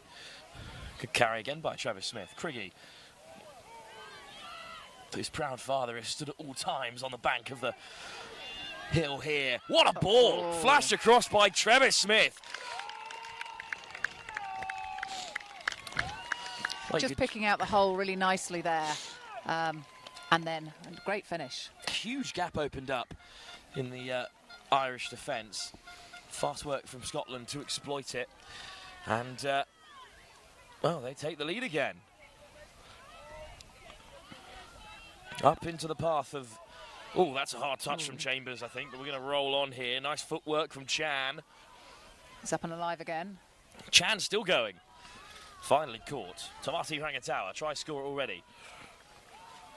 Chan. Laid back for Somerville, and then Rangatawa looking to ride the challenge, but he's caught and walked back to the 7 again. Scotland hold firm. A shutout here would be a big moment. Chan whips it wide. Good ball on the inside. Chan almost away. Touch made by Noah Scarisbrick. Scotland keep them out. That's a statement, really, given how the game's gone so far, to deny Ireland a scoring opportunity like that. Yeah, absolutely. I think Ireland were looking very much on the forefront there. They were trying to keep the ball alive, being creative, and that's what we like to see at this level, particularly mixed 15s, being more creative, not just playing patterns because they're told to, playing what's in front of them. Lateral movement from Scarisbrick. Gets the changes on for Scotland. Around comes Rory Gordon. Nice footwork. Gordon away from 2. Draws the touch. And now Scotland have the host back pedalling. Redpath up to the 7. Finds the path. One more should do it.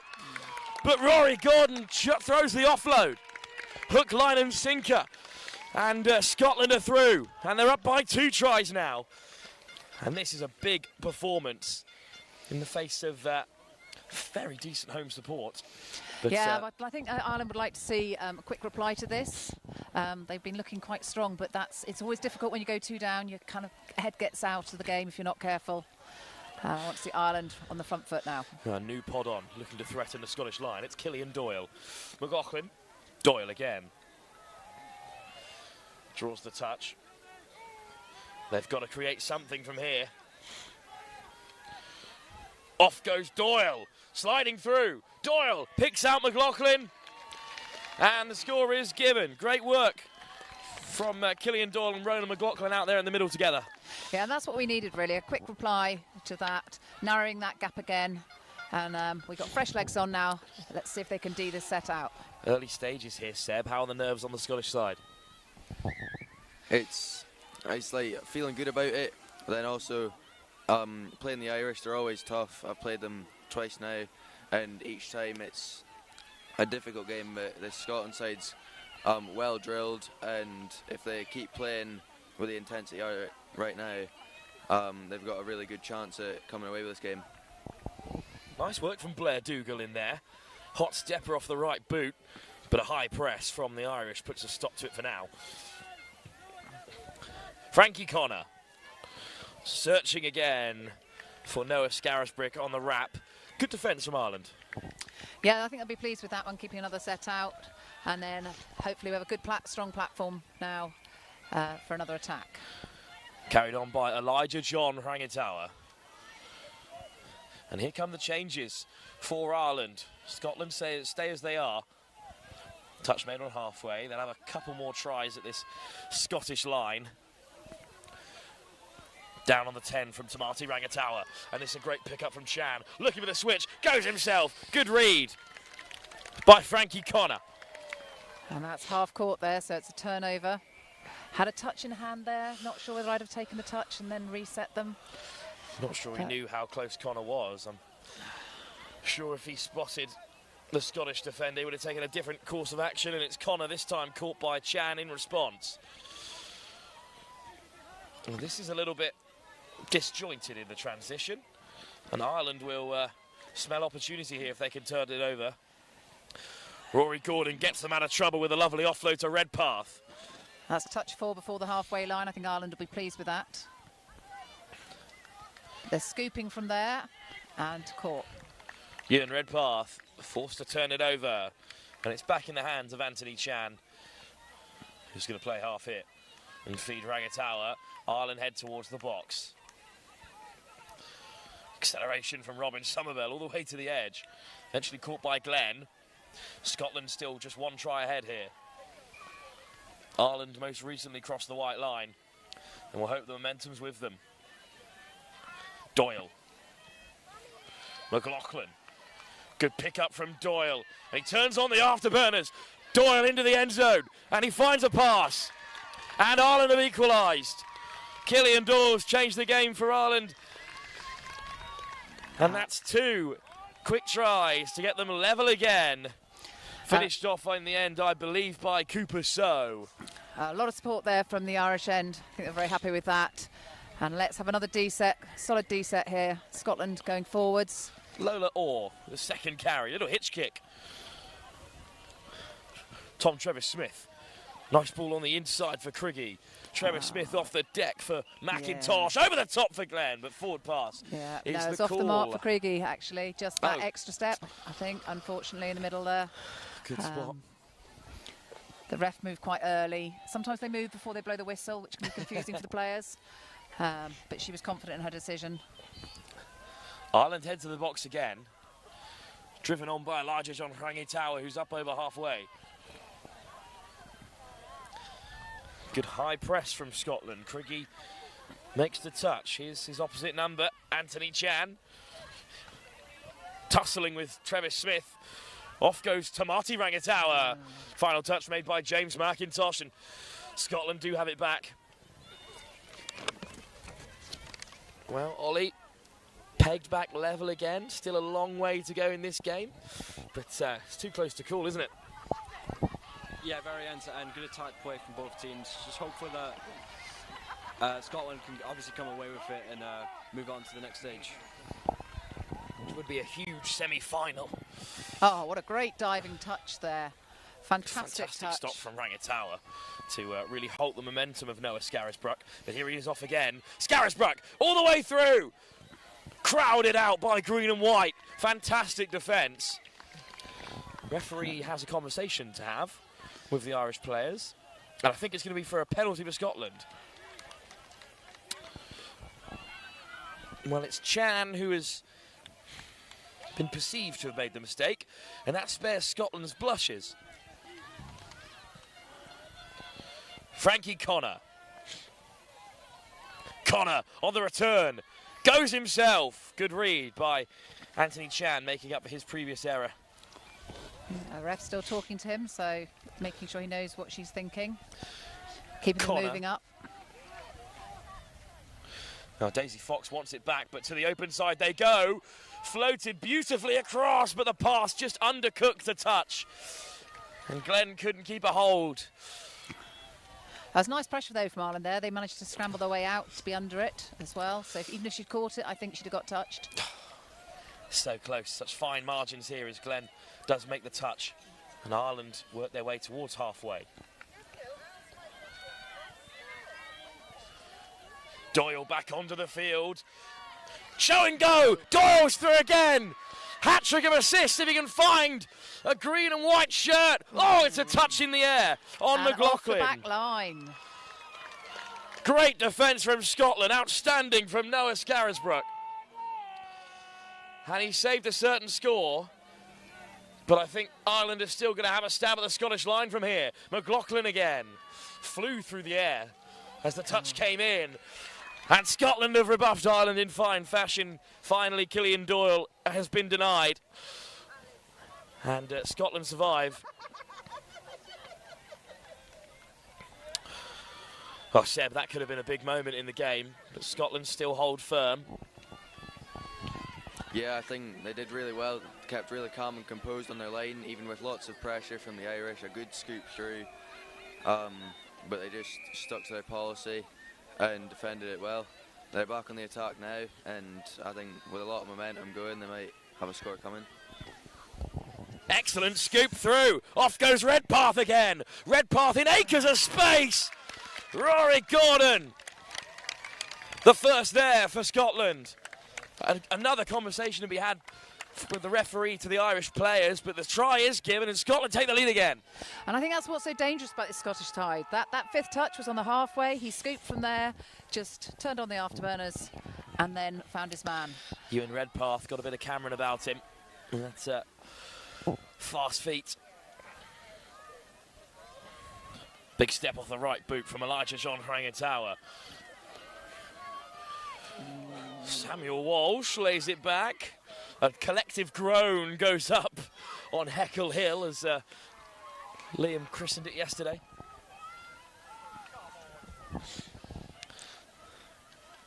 Alex Birrell in control in the middle with Rangatawa of the Elijah John variation. Whips it wide from Birrell. Clean take. And Keelan O'Brien is over. Fine ball from Birrell. And we're all square again. Yeah, it was a great 32 platform that they set up there, and then it was just a case of picking up the ball and looking up, seeing the winger in the space, and then getting that great long ball away, which we don't often see at mixed 15s. Off goes Scotland, still plenty of time in this first half for them to make things happen. Touch made on Daisy Fox. Here's Connor again. Fox around the corner. Oh, just off target there as they look to strike. It's moments like that that remind you that this is under 15s rugby. The quality is just so high. Yeah, but also what I find fascinating about mixed 15s is this change in sizes. You've got a variety at 15 of size. Some of the children have had their growth spurt, others haven't. You've got girls and boys out there, and all there just playing proper physical touch. Good scoop again from the danger man, Cillian Doyle. But that time his pass can't find its target. And Scotland have it back.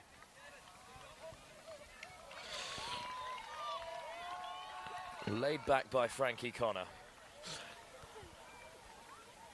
Fox up to halfway. Blair Dougal all the way to the touchline. Rory Gordon. Redpath looking to scoop again. This time he picks out Renwick. And this time Redpath will get underway. Renwick. Comfortable defence this time from Ireland, even if they had to give up a fair few metres. Yeah, just comfortable and confident. Sometimes giving an extra yard, but making sure you've got the touch is the right decision. Our first of 2 knockout games, of course, this afternoon. Up next, it's Wales taking on Portugal and the boys under 18s. But there's still so much to unfurl here in this Ireland-Scotland clash. Nice carry from Birrell. Weaving inside and out is Samuel Walsh, but touch made. Ireland quick to reset there, getting their defence set. There goes the hooter. Looks like we're going to go into the break. All level. Flying touch from Elijah John Rangitawa will bring this first half to an end, but it has not disappointed. What a game we've got on our hands here in our first knockout tie of the Atlantic Touch Cup 2025. In this under-15s qualification game with a place in the semi on the line, there is nothing to separate Scotland and Ireland. Well, we'll be back in just a few moments' time with 20 minutes still to go in this monumental Celtic clash.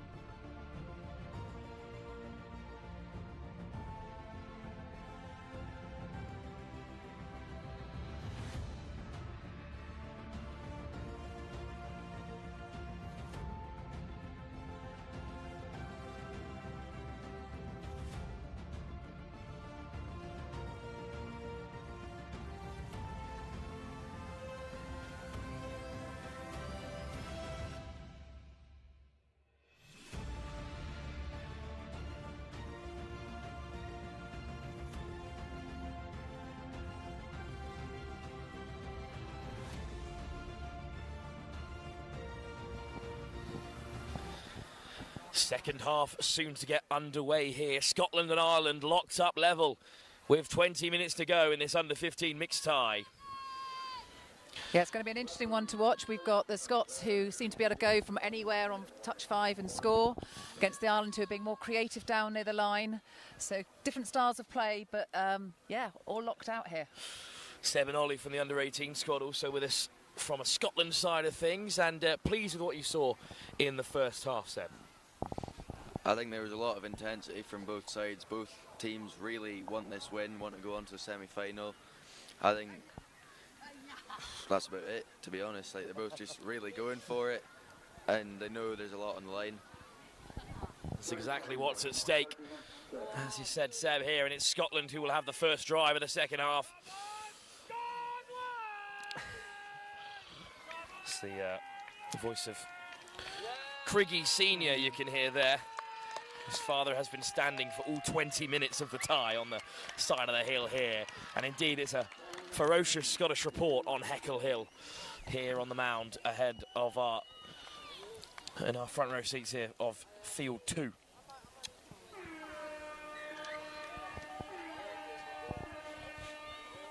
Off we go then.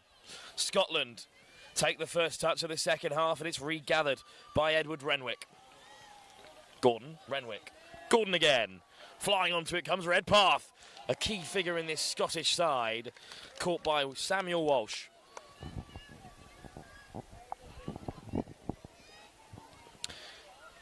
Rory Gordon. Edward Renwick, good pick up from Gordon, trying to step on the inside of the Irish defence, but he is caught. Not a bad first offensive set from Ireland. No, I think they'll be happy with that, and then they're making good yards here, getting towards their box. That's good yards. Players flooding onto the pitch now. Well, you picked out the brothers Rangitawa at the break as players to watch out for here, and they've both got a part to play as Tamati Rangitawa takes it on here. Oh, and he slips the net away from Gordon, but Gordon scrambles back to make the touch. Well, it was an excellent prediction you made there. I just wanted everyone else to know that you'd made it, Anthea. Yeah, no, it's been great to watch them, and the flair that they play with is so good. They're not quite making it back that time, but yeah, I think that they are ones that the Scottish should be a little bit alarmed when they get the ball. There's a couple of flying Scots out there in the meantime. Redpath amongst them, Gordon as well, operating well in the centres, but it's Sutherland off the deck here. And Lachlan Craigie enters the fray. McIntosh, Craigie, Travis Smith. Travis Smith just drifting away from the Irish defence, and it's a quick snipe from McIntosh, who slides over himself. But of course he was the half. Yeah, sometimes in the excitement you get the ball and you see the line and that white line fever kicks in. Nobody does it on purpose, but you always feel a bit of a fool afterwards. Of course, if anyone is tuning in who is new to the game of touch, then you must know the scrum half, or half as it's referred to, cannot score, which is why you often see them running around in the try area, desperately looking for a pass. And unfortunately, McIntosh crashed over there. Well, an immediate apology from Anthony Chan as he laid his hands onto McIntosh, and it is a reversal as well due to that intervention.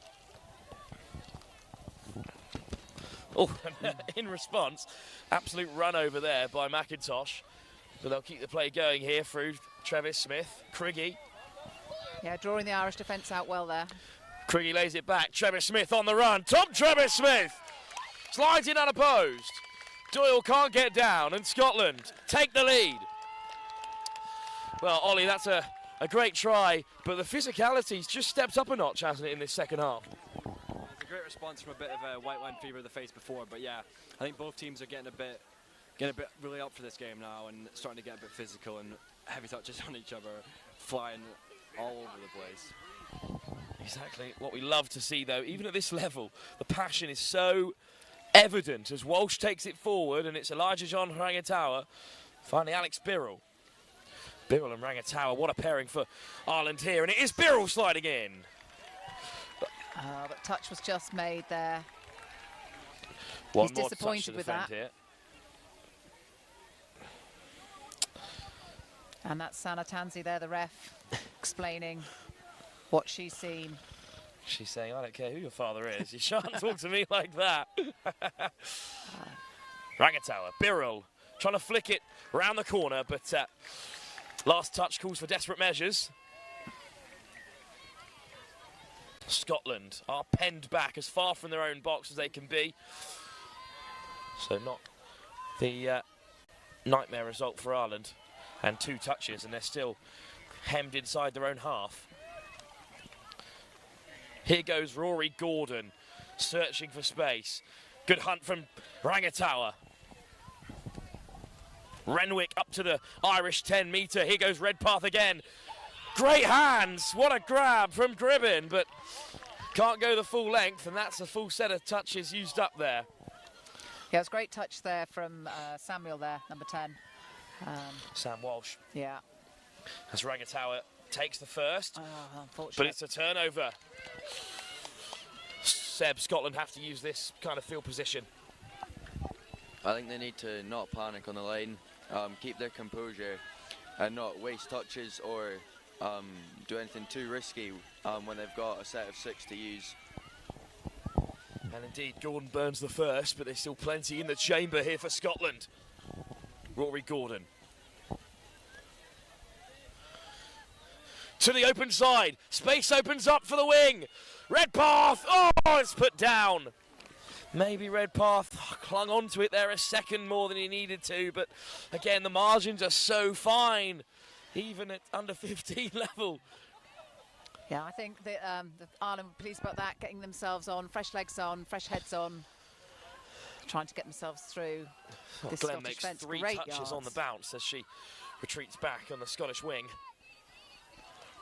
Here's Rangatawa, Chan. Switch on the inside. Ball put down, unfortunately there. Louis Chambers just a metre or so short from his support man. So Scotland restart. Darcy Sutherland. And Louis Chambers up there now to make that touch, having wronged his wrong. Rangatawa flying up in the meantime. Scotland take a tumble. Down goes Renwick. And a penalty has been given. There was a sarcastic groan from the Scottish players to our left-hand side. I'm not sure you really did think that was going to be given, though. No, I didn't think it was too bad a touch. I think if the ref had seen something that I hadn't, obviously, because we're up on the hill. But I think it was a fair call, as there was a bit of physicality to it. So. But Scotland, unfortunately, can't make that advantage count. Ball dislodged, and Ireland have it back. So as Theo Edwards likes to say, the touch gods always intervene and level things out. Absolutely, I think. But maybe they've intervened again. Scotland have it back. Huge moment in the game for them. Right, Ireland really need to keep this one out now. Well, the last time Scotland went 2 tries up, it took almost right up into the last minute of the first half for Ireland to level things. Tom Trevis-Smith picks out Lachlan Craigie. Craigie driving on. Off the deck from Lola Orr. Nice step. Trevis-Smith puts it on the inside. And Lola Orr goes over. But it's a penalty. No try given, unfortunately, there. Scotland remain just 1 point ahead. And off to the races goes Robin Somerville. This game feels like it's on an absolute knife edge. Yeah, and I think, you know, little mistakes creeping in there. Incorrect roll ball. Just unfortunate for Ireland. They were on making good yards. It's another Scotland penalty. Surely they'll rue this as a missed opportunity if they can't convert. Tom Trevis-Smith.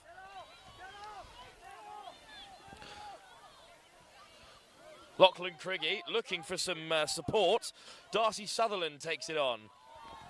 Cooper So makes the touch. Scarris Brick skirts away.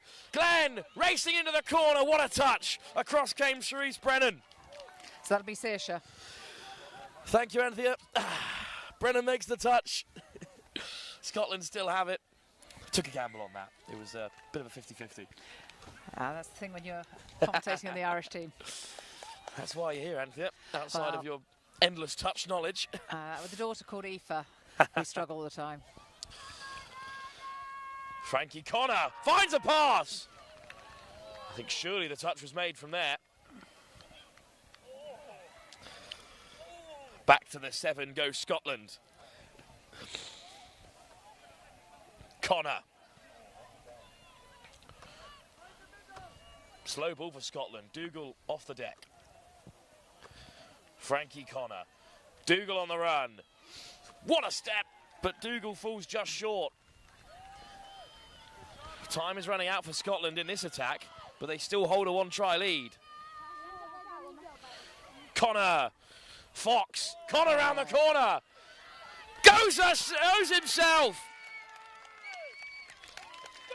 Sutherland held the winger out wide, so the space opened up for Scotland to score another. Frankie Connor with what could be a crucial try. Yeah, and I love the hands from Daisy Fox then to link, to take it, and then feed him on the wrap there. And that was just great to see her participation in that one. Rangitawa looking for an instant response, but there's a tumble on the deck and a turnover. Ollie, how big a score might that be for the consequences of this knockout tie? Yeah, lovely move, lovely score in the corner. Yeah, that could be quite pivotal now because we're getting to the latter stages of the game, and we could build, if we build a lead here, it could be all over for Ireland. Another physical touch. There's been a few on either side. Samuel Walsh is receiving a stern talking to, but a penalty yeah, is it's sometimes difficult when you're coming in fast and they're going to the side of you. They step you, you make that contact, and they're just a bit off balance. It's not always malicious. In fact, it rarely is malicious. Just happens to disrupt play too much, causing the penalty. Tom Trevis-Smith. Craigie on his inside. Great pass off the deck for McIntosh. Awake. Oh, beautiful hands. Lola Orr has sealed it. Over goes Sutherland. Well, first it was Daisy Fox, and now Lola Orr. Stunning hands from Scotland's links. And that's what might separate the sides when all is said and done. Sutherland goes over in the end. She was the dummy last time as Connor went crashing over. This time she gets her score. Ireland need to respond quickly here. But Seb, what about those hands from Lola Orr? I think that was brilliant play. Good spot for the space in the corner instead of trying to get through by herself. It was a great play by drawing in the defender and making sure the winger actually had the space to score. Huge moment for Scotland. And there's the reply from Ireland. Important reply.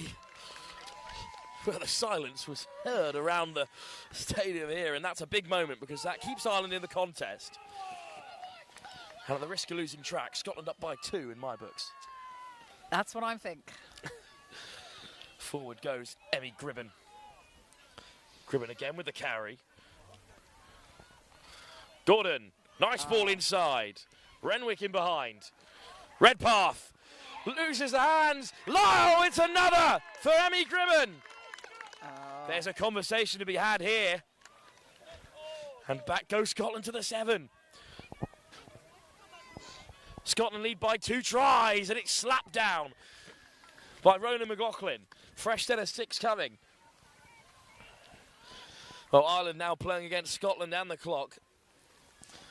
Scotland can just burn these touches and keep the hosts penned in.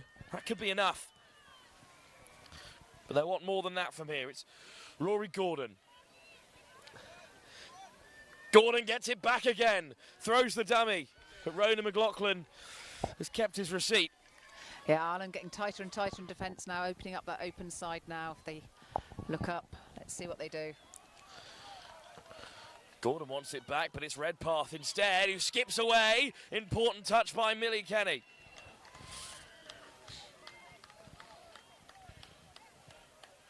The tension around this ground is palpable. Ireland have to get a wriggle on here. Ronan McLaughlin leaves it instead for Killian Doyle. And Doyle heads to the box. There's some tired legs out there after a long nice few days of touch rugby. Doyle steps around Glenn, but it's tracked by Redpath, and back comes Glenn to make the touch. Great recovery. Kenny. Birrell. Kenny at half. Here's Rangitawa. Looking to open it up. Here's Walsh. Walsh sells the dummy and flies through to score.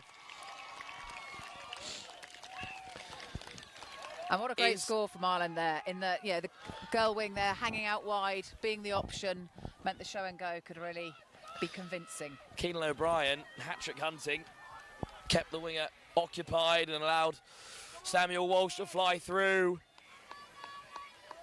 Underestimated wingers sometimes. Even just holding that ground gives the space. Fine margins here. with little time remaining. Craigie, Tom Travis Smith, what a ball that is, into the path of McIntosh. Halted at the 7.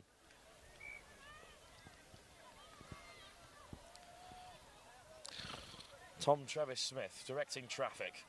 And the sweep's coming now. Around comes McIntosh. But Craigie through the hole! And is that the game? Lachlan Craigie keeps Ireland at arm's length. Scotland may well be through to the semi-final. Yeah, that was a lovely play there. Ran the sweep, Ireland tracked the sweep. Nice pick up, back against the grain. Ollie, is that enough to get Scotland over the line? I don't want to make a prediction, but I think if we can get our stops right and kind of drag them away from their sub-box, we can kind of put some more pressure on and hopefully see it out. That sounds like a prediction, Ollie. We'll wait to see what unfurls. Off go Scotland in defensive duties now instead. Good carry from Kenny. That's a hard touch, if I've ever seen it. Well, they've just had 1 penalty for a hard touch. I don't think he's going to give a second penalty at this point.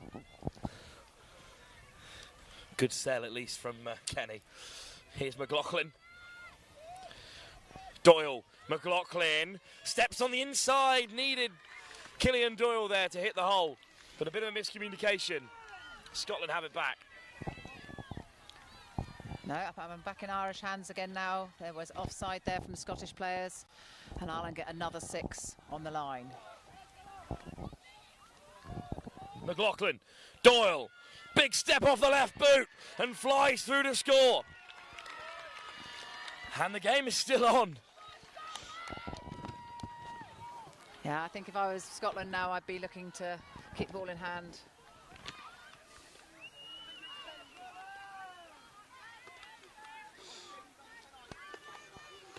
A quick tap off there from Scotland. Well, this is a chance to certainly steal the game because the clock is ebbing away at every moment.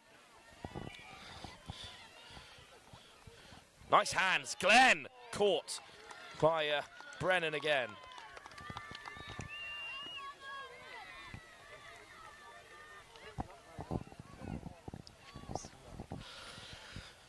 Gordon, And there's ball on that the sweep inside. again, pick up.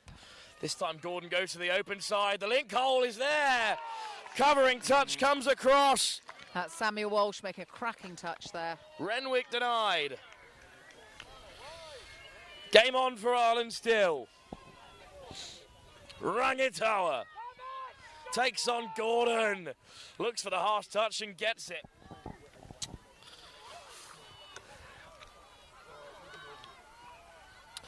Ireland need another try.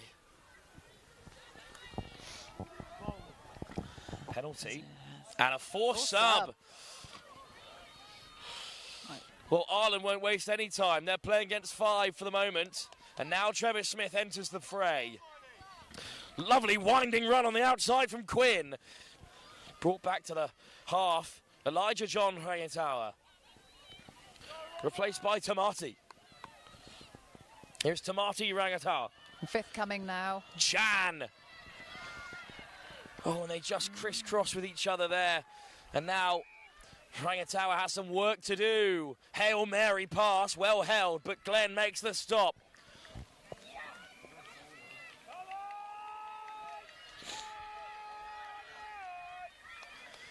We are moments away from Scottish victory. Renwick, Travis Smith up to the 10-metre.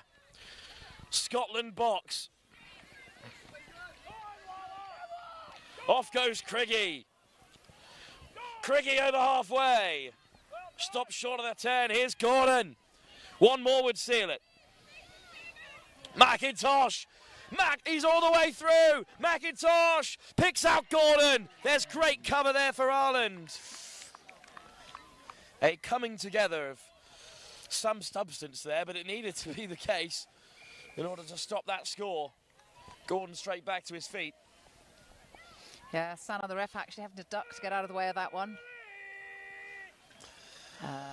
And it is Irish possession at the end of the day. But do they have time to get down the end and really trouble Scotland here? Chan. Great pressure from Gordon. Chan over the top. Nice darting run up to the 10, but Scotland have defended this very well. Rona McLaughlin gets Nice away step. from McIntosh, but not from Glenn.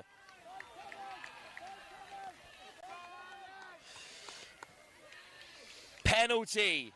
A lifeline for Ireland. Can they make use of it, though? Come on, Ireland. So, Doyle. McLaughlin. It might be over. That might be it. One touch would do it. McIntosh is there. Ball is off the field. Scotland have done it. The hosts have fallen in their first knockout live here on field 2. A fantastic performance by Scotland. Hang on a sec. There's a final penalty. Penalty. Glenn to the touchline. Have Ireland made it over? One score's not enough. Heart in mouth for Scotland, but they have still held on. Well, the Irish are checking the score out with a referee, but they've been sent away. It is victory for Scotland. What a performance by the Scottish. One final moment just to light us up. A score in the corner, but it will remain a victory for the Scottish. They're through to the semi-final. Seb, what do you make of that one? I think that was a really intense game. I think none of those players on the pitch wanted it to go to a drop-off, so both teams were really going for that extra edge in the final few minutes of that game, and Scotland came out on top. What a performance by Scotland. Anthea, though, Ireland can still be proud of what they've done today. Oh, they should be so proud, especially hanging on there to the last minute, looking for that last score on that penalty. That's heads-up touch. That's what we like to see. But they worked really hard there, and I know they're going to be disappointed today, but hopefully they'll look back at it and be able to see how far they've come since they started training together. Well, thanks to Ollie and Seb from Team Scotland, who are off to play their own under-18 knockout game. Scotland at under-15 level are through to the next stage. Anthea, thanks as well for joining us. No worries. But there is no time to waste, because there's another knockout, and this time it's Wales, seeded right at the very top of the qualification stage, taking on Portugal. That's the next game, due to kick off at 5:30, live here for the Atlantic Youth Touch Cup 2025.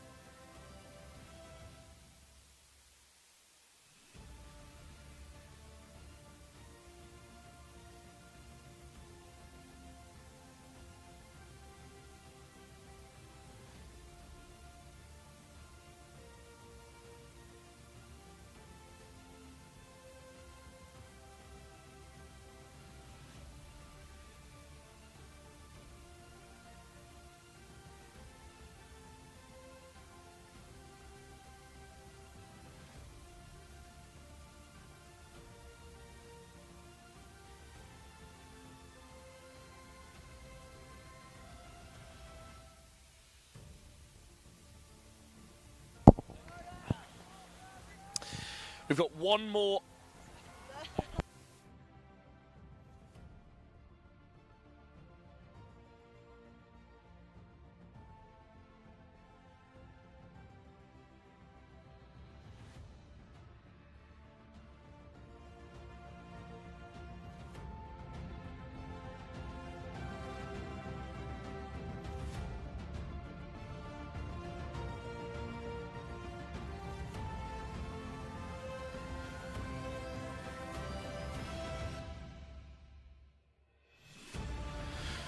One last knockout tie before our little bonus game between Irish Men's Open and the England Lions at under-20s level.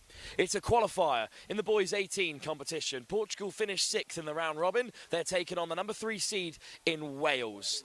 Delighted to be joined by BB Pulis for this one as well. BB, you've been reffing all day today, but you're excited for this big game between two talented sides, which you've seen a little bit of from a refereeing perspective so far. Yeah, I ref Portugal, England. Good game. But you're fancying Wales in this one as the top-seeded side.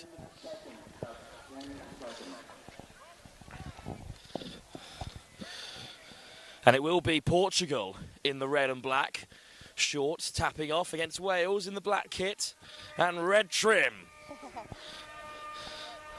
So off goes Duarte Paiva, and then taken in by Thomas Boy Mendes. Darting his way to the right-hand side. There's a bright start for Portugal. Made it to the 7 with their opening drive. Savivas lifts it up into the path of Duarte Paiva, but he's sent away. Portugal will have one more crack at the line here. Of course, this is their very first tournament as a youth side, as Carvalho looks to race away down the left, but Wales have it back. And BB, good start defensively for the Welsh side.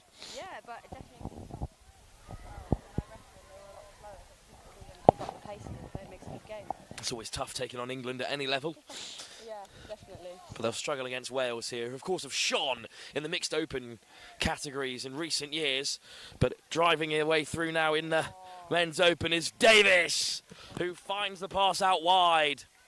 And Wales have the first score. Top work from Dylan Davies. Yeah, lovely play there. Great catch too. Good finish from the winger. Anthony Newton was on, chatting away about wingers and their importance in the game before, because they had a crucial part to play in Scotland's win over Ireland in the mixed 15s. And indeed, it's a winger who's dotted down for Wales. They did make that look very simple. Just momentum there, created by a midfield driver. Silva. Baptista. Ramalotto, whose father is here, Paolo, and his younger brother is also part of the 15 side. Family game, really, hey? Oh, it always is, isn't it? Doesn't matter where you go in the world. And there's a space opening up in the middle. Great acceleration. Score from Jacob Dalton.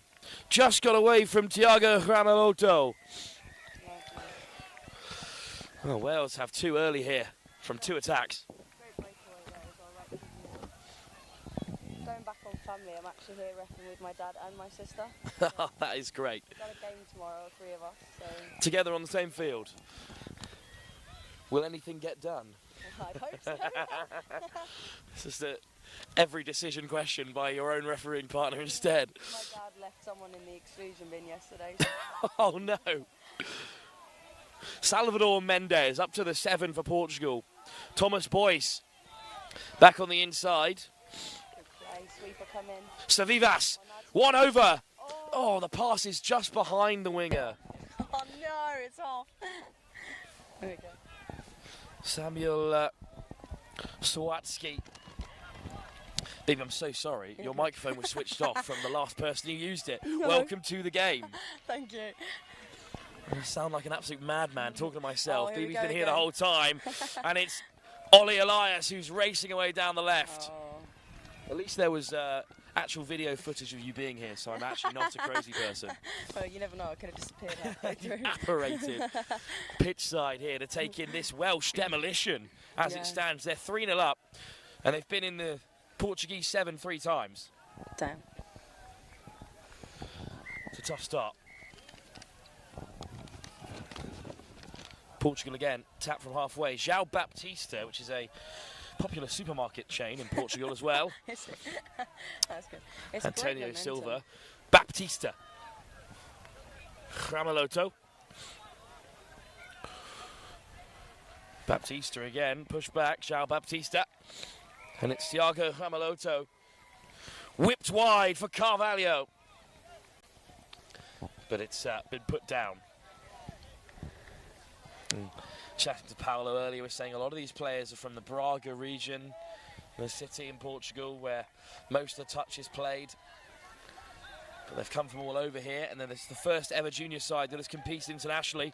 But it's Wales who just have that extra yard of pace, it seems. Zach Burns eating up the turf. Isaac Thomas. Thomas sweeps through. Who can he pick out? The winger's free. Thomas drifts in and finds the pass out wide, and it's 4 for Wales. Well, one of the things that separates these two sides, as you said, it's Portugal's first ever entry into this level of competition, so they might not be used to playing this much touch across the weekend. No, I mean, usually when it's Euros or something, they send like a men's 50s and an Opens, but it's nice to see that they're also getting their youth involved now. Freddie Green went over on the far side as it's taken on by Salvador Mendes. Thomas Boyce. Francisco Savivas. Good pick-up. And then a step off the left boot from Boyce. Oh. And then over they go. Oh, that's unlucky. But not given this time. Good effort though from Portugal. They're threatening at the 7 every time. It's just Wales who are the more clinical. Definitely a lot more momentum here from Portugal. I think they've learned a lot from yesterday, which is good. Learning all the time as Tao Nurse takes it forward. And then Ewan Clark. Davis. Back with it, Davis. Good pick Good up. pick up. Away goes Thomas Priest Evans. 6 more there, I think. Just got a hand in between. Always better than a scorer, I say. Dylan Davis. Thomas Priest Evans to the open side. Priest Evans, quick pick up. Wingers free. And as he chucks the dummy, Ewan Clark can stroll in for another score for Wales. It's 5 up. Inside it feels as many minutes. And this is one-way traffic at the moment. Yeah, but you can't discredit Portugal. They're giving it all they can, and they're getting up to the 7. They're completing sets, which is what's always important. Changes in the offing, a fresh set of 6 and a fresh set of players on the field as well. Ball on the inside for Rameloto. Carried on by Antonio Silva. Baptista. Rameloto. Baptista again, ball down. And Wales have it back. Portugal could just do with a shutout, really. I think it would certainly bring up the vibes pitch side if they can deny Wales from close range. Such an athletic young outfit, this Welsh team. So much pace to show. Off the deck from Nurse. Rutley. Thomas. Reece Rutley. Slap down again. Good stop. But it will be 6 more. But better than a score, I've heard them say. Reece Rutley forcing the Portuguese forward. Skipping his way into the defensive line. His Nurse. Soft hands. But unfortunately just spilt by Rodri Harris. Well, they kept him out, so maybe that'll bring up the vibes now, hey? First shutout of the game for Portugal. Oh, that's unfortunate. He was half. The commentator's curse has struck early here, and Wales are looking for a 6th try. There's one over for them, and it's going to be Green on the double. Freddie Green has 2 scores. And it looks like Wales is going to be through to a semi-final already. It's unfortunate. When you're new, you've got to learn the rules from the start, but unfortunately that's the game. We saw McIntosh for Scotland in the previous game ran over and scored as the half. Actually, so at every level it's occurring. Actually, funnily enough, Jack Harris, one of the top referees in England, sorry Jack to mention this again, but he was on the pitch the very first boys 18s Wales game versus England, and he let half score for the second time in his career. He's never living that one down. No, he's not. Second time in his career. We've only just stopped talking about the first one. Clark probing his way forward. Dylan Davis. Clark again. Wales sort of geographically the closest competitors here outside of the hosts. Davis wide. Green has her first half hat trick. Oh, what a foot in touch. No try. Oh, he stepped out there. I'm not sure Wales will be losing sleep over that missed opportunity unless Portugal can create something special here. Of course, as you mentioned, the touch-playing population in Portugal do tend to be older. They do tend to be former Union players. So a lot of these guys are the children of those players. So they're the first generation to come from Portugal and compete at touch internationally. Yeah, I think it's good to see as well with Ukraine bringing a team to anything for the first time, really. It's lovely to see how the touch community is growing. The Cossacks, as they're known by their supporters, over on pitch 1 at the moment, taking on Ireland. But it's Thomas here, looking to wind one up, puts it back on the inside instead. Can they keep him out? Hallam done. Wide ball, this time Green has his hat-trick. The first half hat-trick for the winger Freddie Green. Portugal, the first I heard of them was when Sean Balance was on co-commentary over on pitch 1 yesterday, and he was saying how it was 5-5 between Ireland and Portugal at half-time. Oh, really? Boys 18s? Portugal, in the end, fell off towards the end of the game, but that was a performance that really made people wake up here at the competition. Yeah. Ireland, of course, under Sean Balance now competing over on field 1. His boys lifted into the path of Paiva. Low over the top, interception, and Green's off to the races, and it doesn't look like he'll be caught. Francisco Chevivas gives up the chase, and it's a fourth for Freddie Green. That's unfortunate. It was really good play, but the winger was in a great position there for the intercept. Sometimes a winger's life doesn't get much easier. 4 tries already for Green. Yeah, I wish my life as a winger was that easy. Not in mixed mode, is it? Bibi, of course, former Swiss and Dutch international. You'll be out in Italy in a few weeks' time, competing internationally. As plenty of players from this tournament will be in the European Open Cup. João Baptista. Eduardo Sualto. Baptista. Looking to flick it through the cap flap, but bit of a miscommunication there between the link and middle.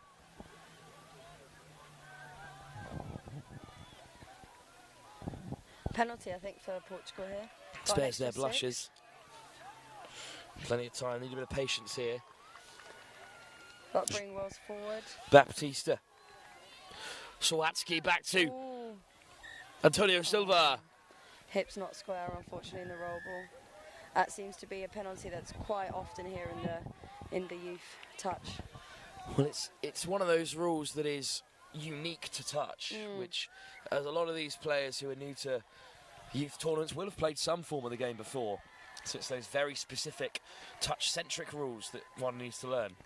Yeah, and we always say, I mean, they've got to learn somehow. So if you keep it going, they're never going to learn. So fortunately, you've got to penalise it. Thomas accelerates, lifted into the path of Rhys Hallam Dunn.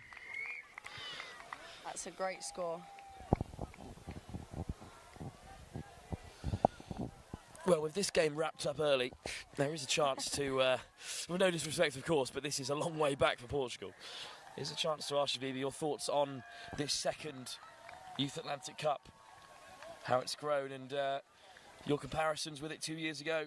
Well, yeah, I wasn't actually at the Youth Atlantic Cup, but I did hear, obviously, they had countries like South Africa, like China. I believe they have USA who aren't here this time. Indeed, that is true. But I think looking at, for example, England, they've brought 2 Lions teams, one in the mixed 15s categories and one in the men's 20s categories. for those who didn't manage to make their first team, which gives them an opportunity to play and keep them in the game. And I think obviously, like I said before, with the new countries like Portugal, Ukraine joining, and being able to have the friendlies as well, like Ireland Men's Open coming in today, it gives those players an opportunity to learn and improve, which they don't always get just playing in their countries by themselves. Growth at both ends of the spectrum. What a dive by Zach Middleton. Scored a few already today. That's a good touch there from Portugal. Across came his opposite number, Thomas Boyce. Miss pass over the top. Off goes Davis again. Releases late and traps the winger in. And Freddie Green has 5.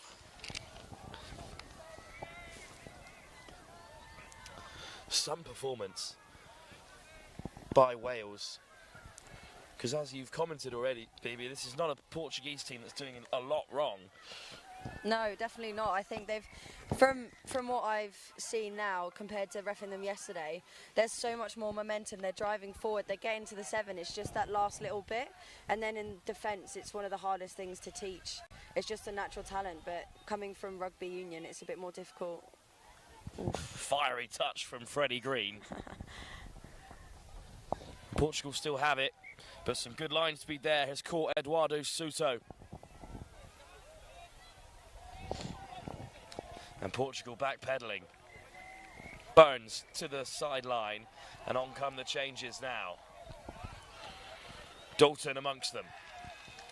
Portugal still pushing here despite this strong first half performance. Reece Rutley offloads to Nurse. Oh, all the way round. Wales take the scenic route, but Rutley hands it off and they have another score. Yeah, I think the difference here between Wales and Portugal is just, well, for one, the experience, but two, the connection between the team, which makes such a big difference. Well, BB, like most touch players, you've been on both sides of this result, I imagine. Oh, yeah. Firstly, well, from both perspectives, how do you motivate yourself to keep playing at that top level when the scoreline does reach this stage? And also, how do you keep your head up as a player on the other side of it? I think when you're on the losing side, the important thing is just to know that, you know, it's just to stick together as a team. As soon as, you know, just as soon as one player gets down, especially if you're more on that leading side, it's much more difficult for the team to get back up. But at the end of the day, touch is all about having fun, and as soon as you get out of that mindset, that's when you start losing it.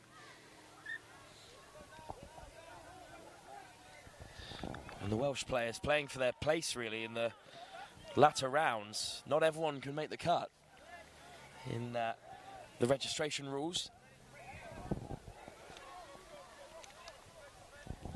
What a run round the outside.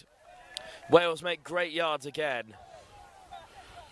Portugal backpedaling. Here comes Thomas. Dalton. Thomas. Little hitch kick and off he goes. I think that's ball down. Thiago Ramalhoto claims to have made the touch.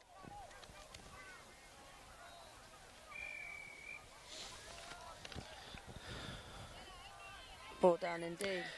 And indeed the try has been given. Oh, starting to rain. Don't say that. Sorry. Well, you're out there refereeing today. A chance to reflect on that, perhaps. Yeah, I think I did boys 18s yesterday, and then I did 15s today, and I'm actually genuinely surprised by how quickly the 15s play. Their pace of play, but also their knowledge is so quick. I've done 2 boys 15s and a mixed 15s today, and it's so good to see how quickly they learn and can keep up with all the older ones. Chance for Portugal to strike. Laid back by João Baptista. Sardo winds one up and then hits the link instead. Wales with the high press and they shut it down. Antonio Silva is caught. And the refereeing team we have out on the field for us now as is a last-ditch touch in the end by Swatsky.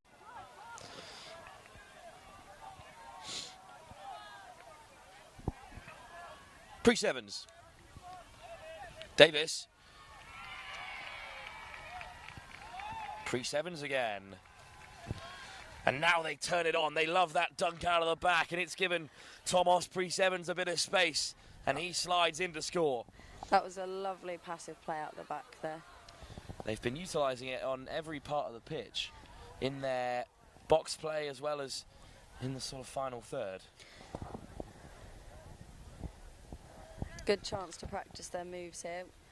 Not to be rude against Portugal, but at this stage when the game has passed, there's very little Portugal can do here really to overturn this.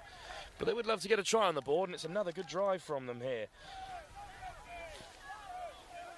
Paiva. Savivas. Boish. Savivas races through, but caught by Wales. Long pass over the top. Good hands from Carvalho. I think one thing Portugal are doing very well is killing the ball over on their sub-box, which means Wales have to get all the way over to the other side. Good touch. Indeed, the Portuguese coaching staff are all capped at the World Cup.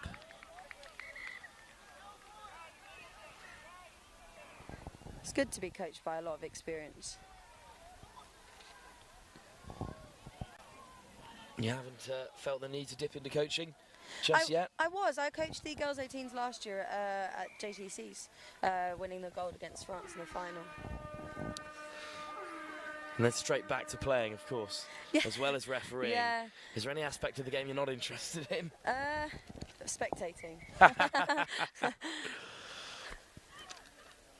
Well, the referee has called it there. Whistle goes, and we're into half-time. It's a dominant performance from Wales. They've pulled out all the stops. They haven't held back at all against this Portuguese side playing in their first ever junior competition. We'll be back for the second half. Still 20 minutes to play here with Wales fully in control.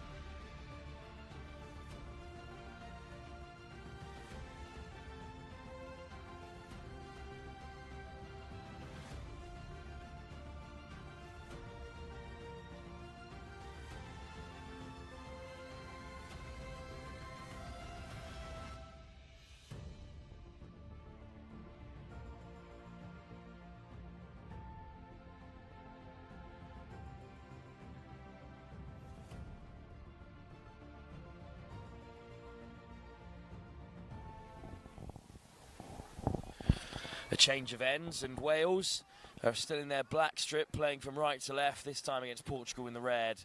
It is 13-0 in this qualifier. Phoebe Pullis alongside me for this one, and it is difficult when games become this one-sided, but it's part of development to have games like this.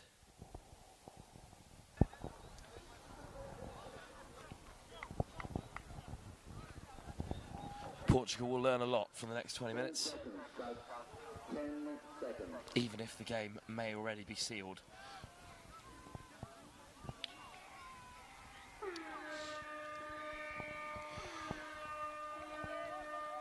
Off go Wales, driving straight for the line again, not taking their foot off the gas here. Priest Evans, Clark, passes loose. And Portugal quick to react. That is a Portuguese shutout, though, of a Welsh attack, which were few and far between in the first half. So a good start for them. Yeah, it's always good to have the first kind of positive in. Ooh, good hands there. Well, one more game to come after this one. It's an exhibition match between the men's open side of Ireland, the hosts, and the England Lions at under 20s level, which will be an exciting game, a fast-paced game, even if the home team are the favourites. But that's a great feature of this tournament, to have a men's open side down to compete ahead of their trip to Italy in a few weeks' time.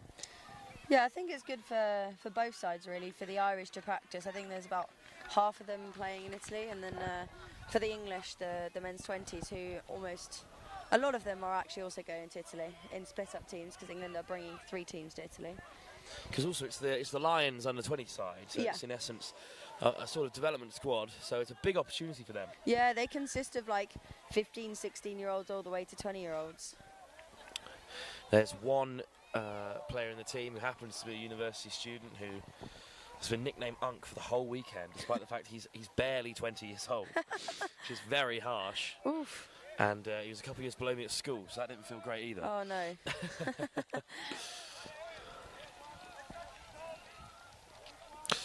Unk short for uncle, those unaware of modern day lingo. I'm here to support you in all those facilities as Mendes takes it on and picks out Francisco Savicias.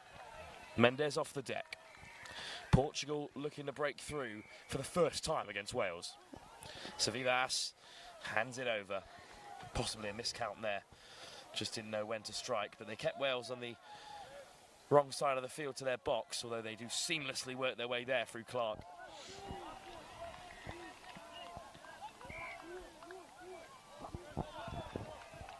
Hallam done. Wales make fantastic yards here, and Thomas is up to the 7. Dalton goes to the open side. Lovely step from Harris. Good touch from Portugal. Kept out by Salvador Mendes.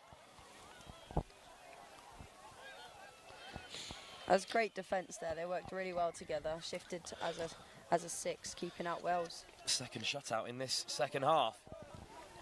Ukraine play the host Ireland over field 1, where there's knockout ties happening all over the place. England against Belgium in an exciting mixed game over on field 4. Well, they got beaten. Belgium beat Wales, the favourites, who got the gold medal last year at the JTCs. So that should be a good game. They brought a really strong team. It's a very similar side to their mixed open team from the World Cup. So young was the team in Nottingham last year. That's very young indeed. Certainly a lot of overlap between those two squads. And that is a feature of developing nations in touch. They do tend to produce strong mixed open sides first. Yeah, I think I spoke with one of the referees from England, and England have moved away from mixed open and have gone to men's and women's to try and have a chance to compete against Australia and New Zealand. But nations like Wales, they really try and stack their mixed team, which is obvious from their mixed open team in the World Cup when they played against the Philippines in that cracking game. Philippines had a great mixed open side as well, very young team. Equally, Italy had a great tournament from the mixed open perspective. Yeah, I played against them in 22 and 23 with Switzerland Mixed Open, and they've definitely developed loads. Wales look to strike again through Town Nurse. Across came Samuel Sawatsky to make the touch, but this time it's a try.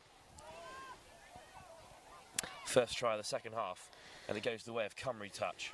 I love with the 15 and 18s how much difference in height there is a lot of the time. You've got these tiny players, but at the same time, these massive, tall, especially in the boys. It's a big part of 15s. Yeah.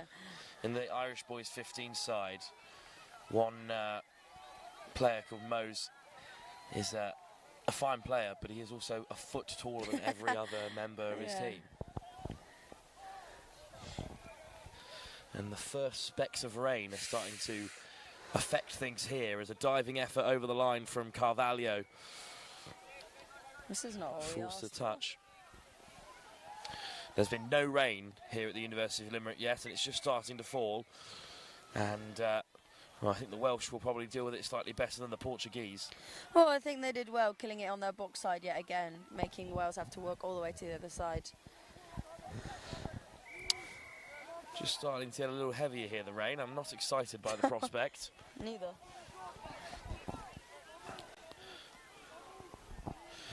Good chase from Portugal, who stopped them on the 10. Good scoop. Off goes Dalton. Lifted over the top. Good defence from Portugal again. Another stop out there. This is going to make games a little bit more interesting, I think.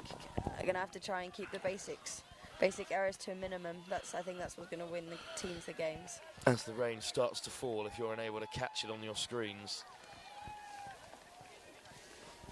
Touch rugby is just not built for the rain. It's not right in the rain.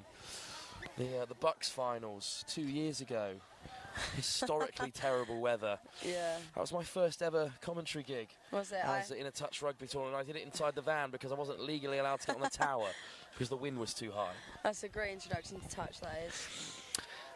I must say it took a few more tournaments for me to warm to the sport off the back of my experience there. I spoke to one of my friends down in Oz, and when I told him that University Touch was played in the winter, he was like, "You play touch in the winter? It's supposed to be played in the summer." I was like, "Yeah." Well, that's not fair because they don't have a winter. So. I know. Wales close to the line again, dotted down right under the nose of Portugal by Rodri Harris, but this time the try is given and Rodri Harris on the board. And as they're bringing up the coats and coveralls, it's not for us, unfortunately, it's for the cameras.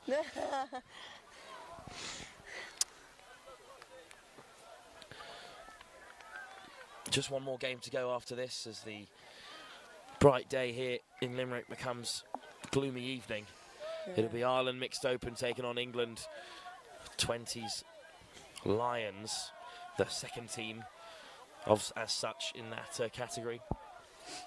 Here come Portugal, chance for them maybe to break over the line for the first time. Wide pass, stepping back against the grain, but Carvalho is caught. That was a great pass to the winger.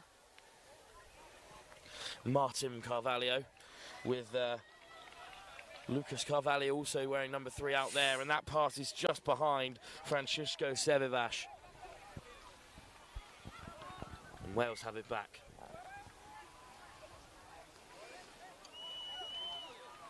All the games you could have commentated on, maybe you've chosen the one where the rain starts to fall and when it's over at half time, unfortunately.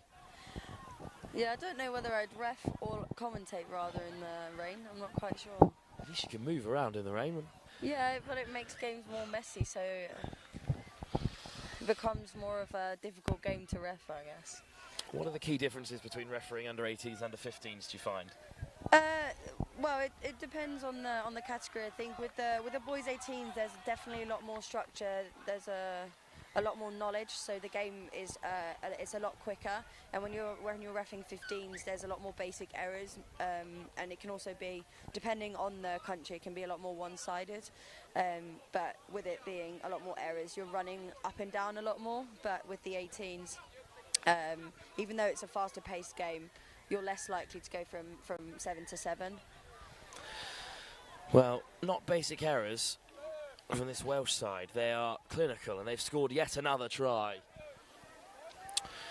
And to be fair, there haven't been numerous of these sort of one-sided affairs. Ukraine against France on day one was a 23-0 final score. But beyond that, this is the most one-sided game I've seen, which is, again, a very established and very rapidly growing side in Wales. You chuck a dummy and allow Thomas Priest-Evans through again. Great touch. Hunted down well by Matthew Sawadsky. So, yeah, I just came off of reffing mixed 15s. I think it was the semi-final. It was France versus Cayman Islands. Ended up 17-0. So In whose favour? In France's favour. That is a shame. Big fan of the Cayman Islands. They're my second team here. Oh. With my number one team being no one because I'm impartial, but my second team is the Cayman Islands. They gave me a hat, you see, and I am very cheap to bribe. To be fair, I really like your South African kit, the blue one. The brand new light blue one, yeah. It's just been put on today. I actually spoke to Lance, who's now the control referee. He's from South Africa. His brother coaches, I think it's the mixed 20s. And the reason they went to the light blue kit is because when they were playing Scotland in one of the games, they had blue and green, but a lot of colourblind people see them as the same colour, so they decided to pick their favourite colour instead rather than their actual colour. Well, it's an excellent kit.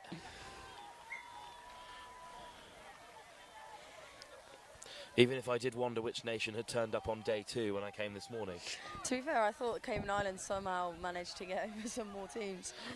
Cayman Islands suddenly entered 8 more squads into the competition. I think it's only 4, but yeah.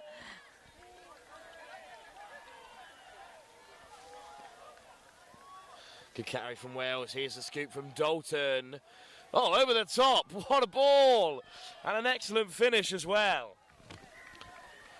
Zach Middleton finished it off, but ingenious little pass over the top. Yeah, great tap on that was. Those are some of the most difficult things. No, you don't really practice them. You just do them when you're in the game. Beautiful try for Portugal to concede, and I think even they appreciate that one.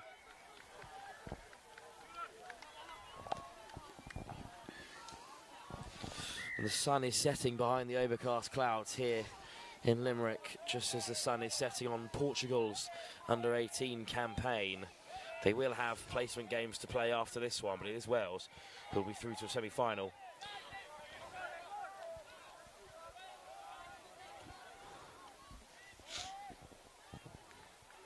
What a ball! Oh, but it's Freddie Green going for another interception. 6 more touches here for Portugal. Let's see what they can do with that. Baptista. In comes Sawatsky, but that's a shame. They couldn't use all 6. There's the hips not square again, especially on the 7 metres. The referees tend to blow those more, or with the subbing, if it creates an unfair advantage. They like to play the advantage, but if it really creates the advantage for the attacking team, they will blow it. Especially at this level, where although it is elite international sports, it is still development, as all age grades are. Oh, and Wales just skipped through. Casual from Clark. And there's another one up there for Wales. That's unfortunate. Portugal just got caught in the ruck. It's one of those where when you try to compete in the 7 and you can't get back, it's very easy for the attack to just get behind and walk in.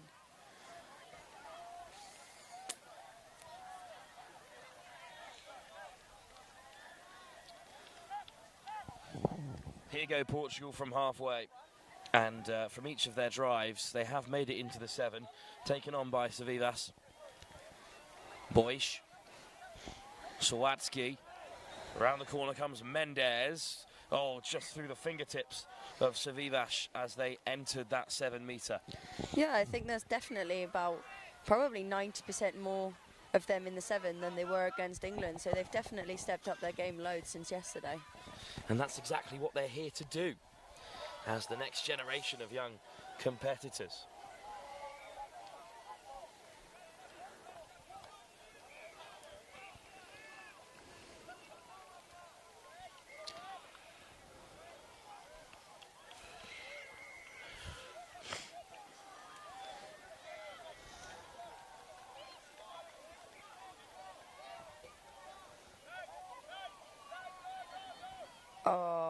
great score. Oh, think you might. No, it is a score. Number 11 from Wales. In the end, the try is given. It's another one for Dylan Davis, who got us started with an assist for the first try, fed to Freddie Green. How do you remember this? There's been like, what? 20. Yeah, That's 20 tries scores. also My for goodness. Wales. It's all part of the job, baby, all part of the job. I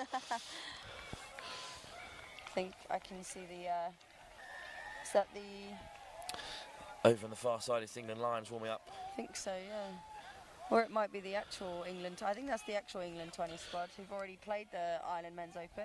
I'm not quite sure what the result was, but I think England were up by 2 when I left, halfway through the second half.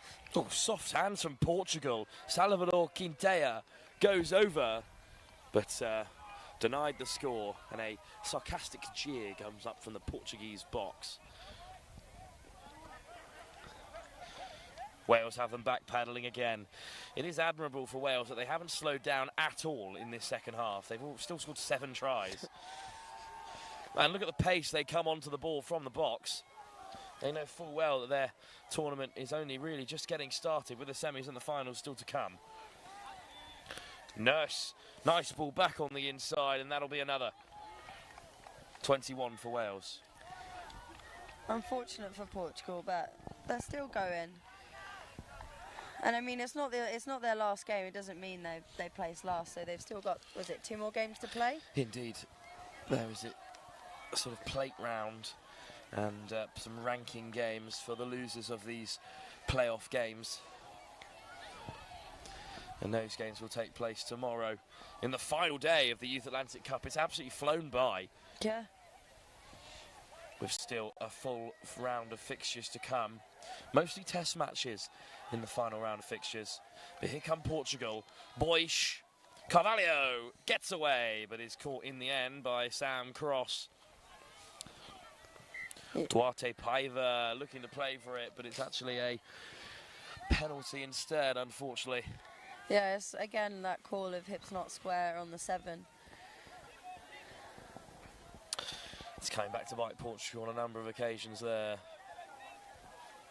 I think especially in these teams that are newer to touch, like you said, it's one of those rules specific to touch. It's one that you've got to play to learn the rule. Big step off the right boot, the no-look pass from Ewan Clark, and a shake of the finger from Dylan Davis as he goes over, saying, "There's no way they touched me." The referee agrees. Another try for Wales. They're up to 22 now.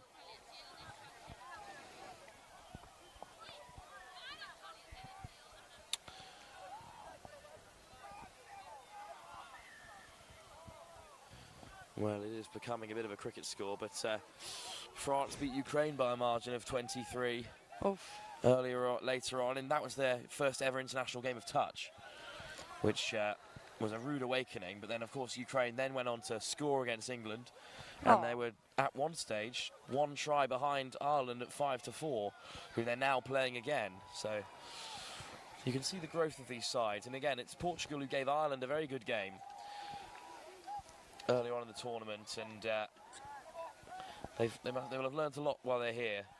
Yeah, and I think, you know, with it being a developing side, I think that's what's the most important, is that these teams are learning and that they're having fun and willing to come back to play. And I think that's what one of our head referees was saying, is that for us as referees, it's important to make sure that these kids are having fun by letting the game go on. I was privy to some plans about what the future may hold for international touch the other evening, and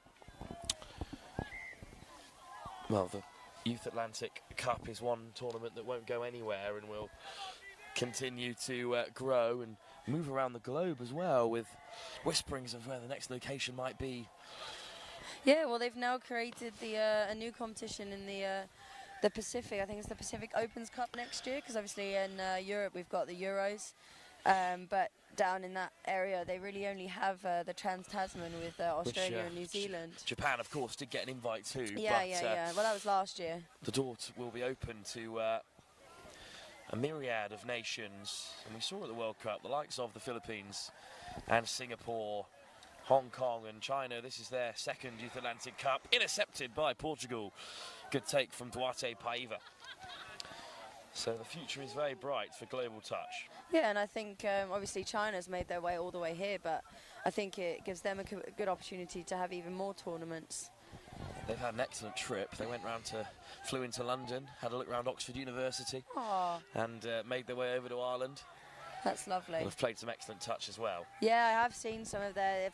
I believe they've got a mixed 15s team. Indeed, they do.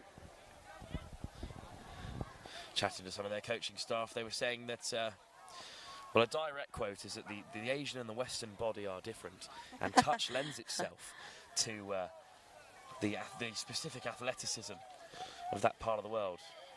Yeah, I mean, with Japan and Nara Hideaki, who's now holding all these step clinics. Beautiful try. Freddie Green, because he definitely needed another score, goes over on the buzzer. Wales have made a statement. They've matched the biggest result of the tournament so far, putting 23 on Portugal, as France did to Ukraine a few days or hours even ago, yesterday morning. Well, it's a great tournament for Portugal. They've still got more touch to play. But for Wales, they're on to the next stage, BB, and clearly they deserve to be there. Yeah, it was a good game. Wales, they kept going, but Portugal didn't drop their heads, which was good to see, and there's definitely a lot of improvement, but excited to see what happens next. One more game on day 2 of the Youth Atlantic Cup, and it's the England Lions under-20s taking on an Irish mixed open side, a chance for us all to take in the host nation. In the men's open, sorry, for a chance just to take in the home nation. We'll be back in just a few moments' time.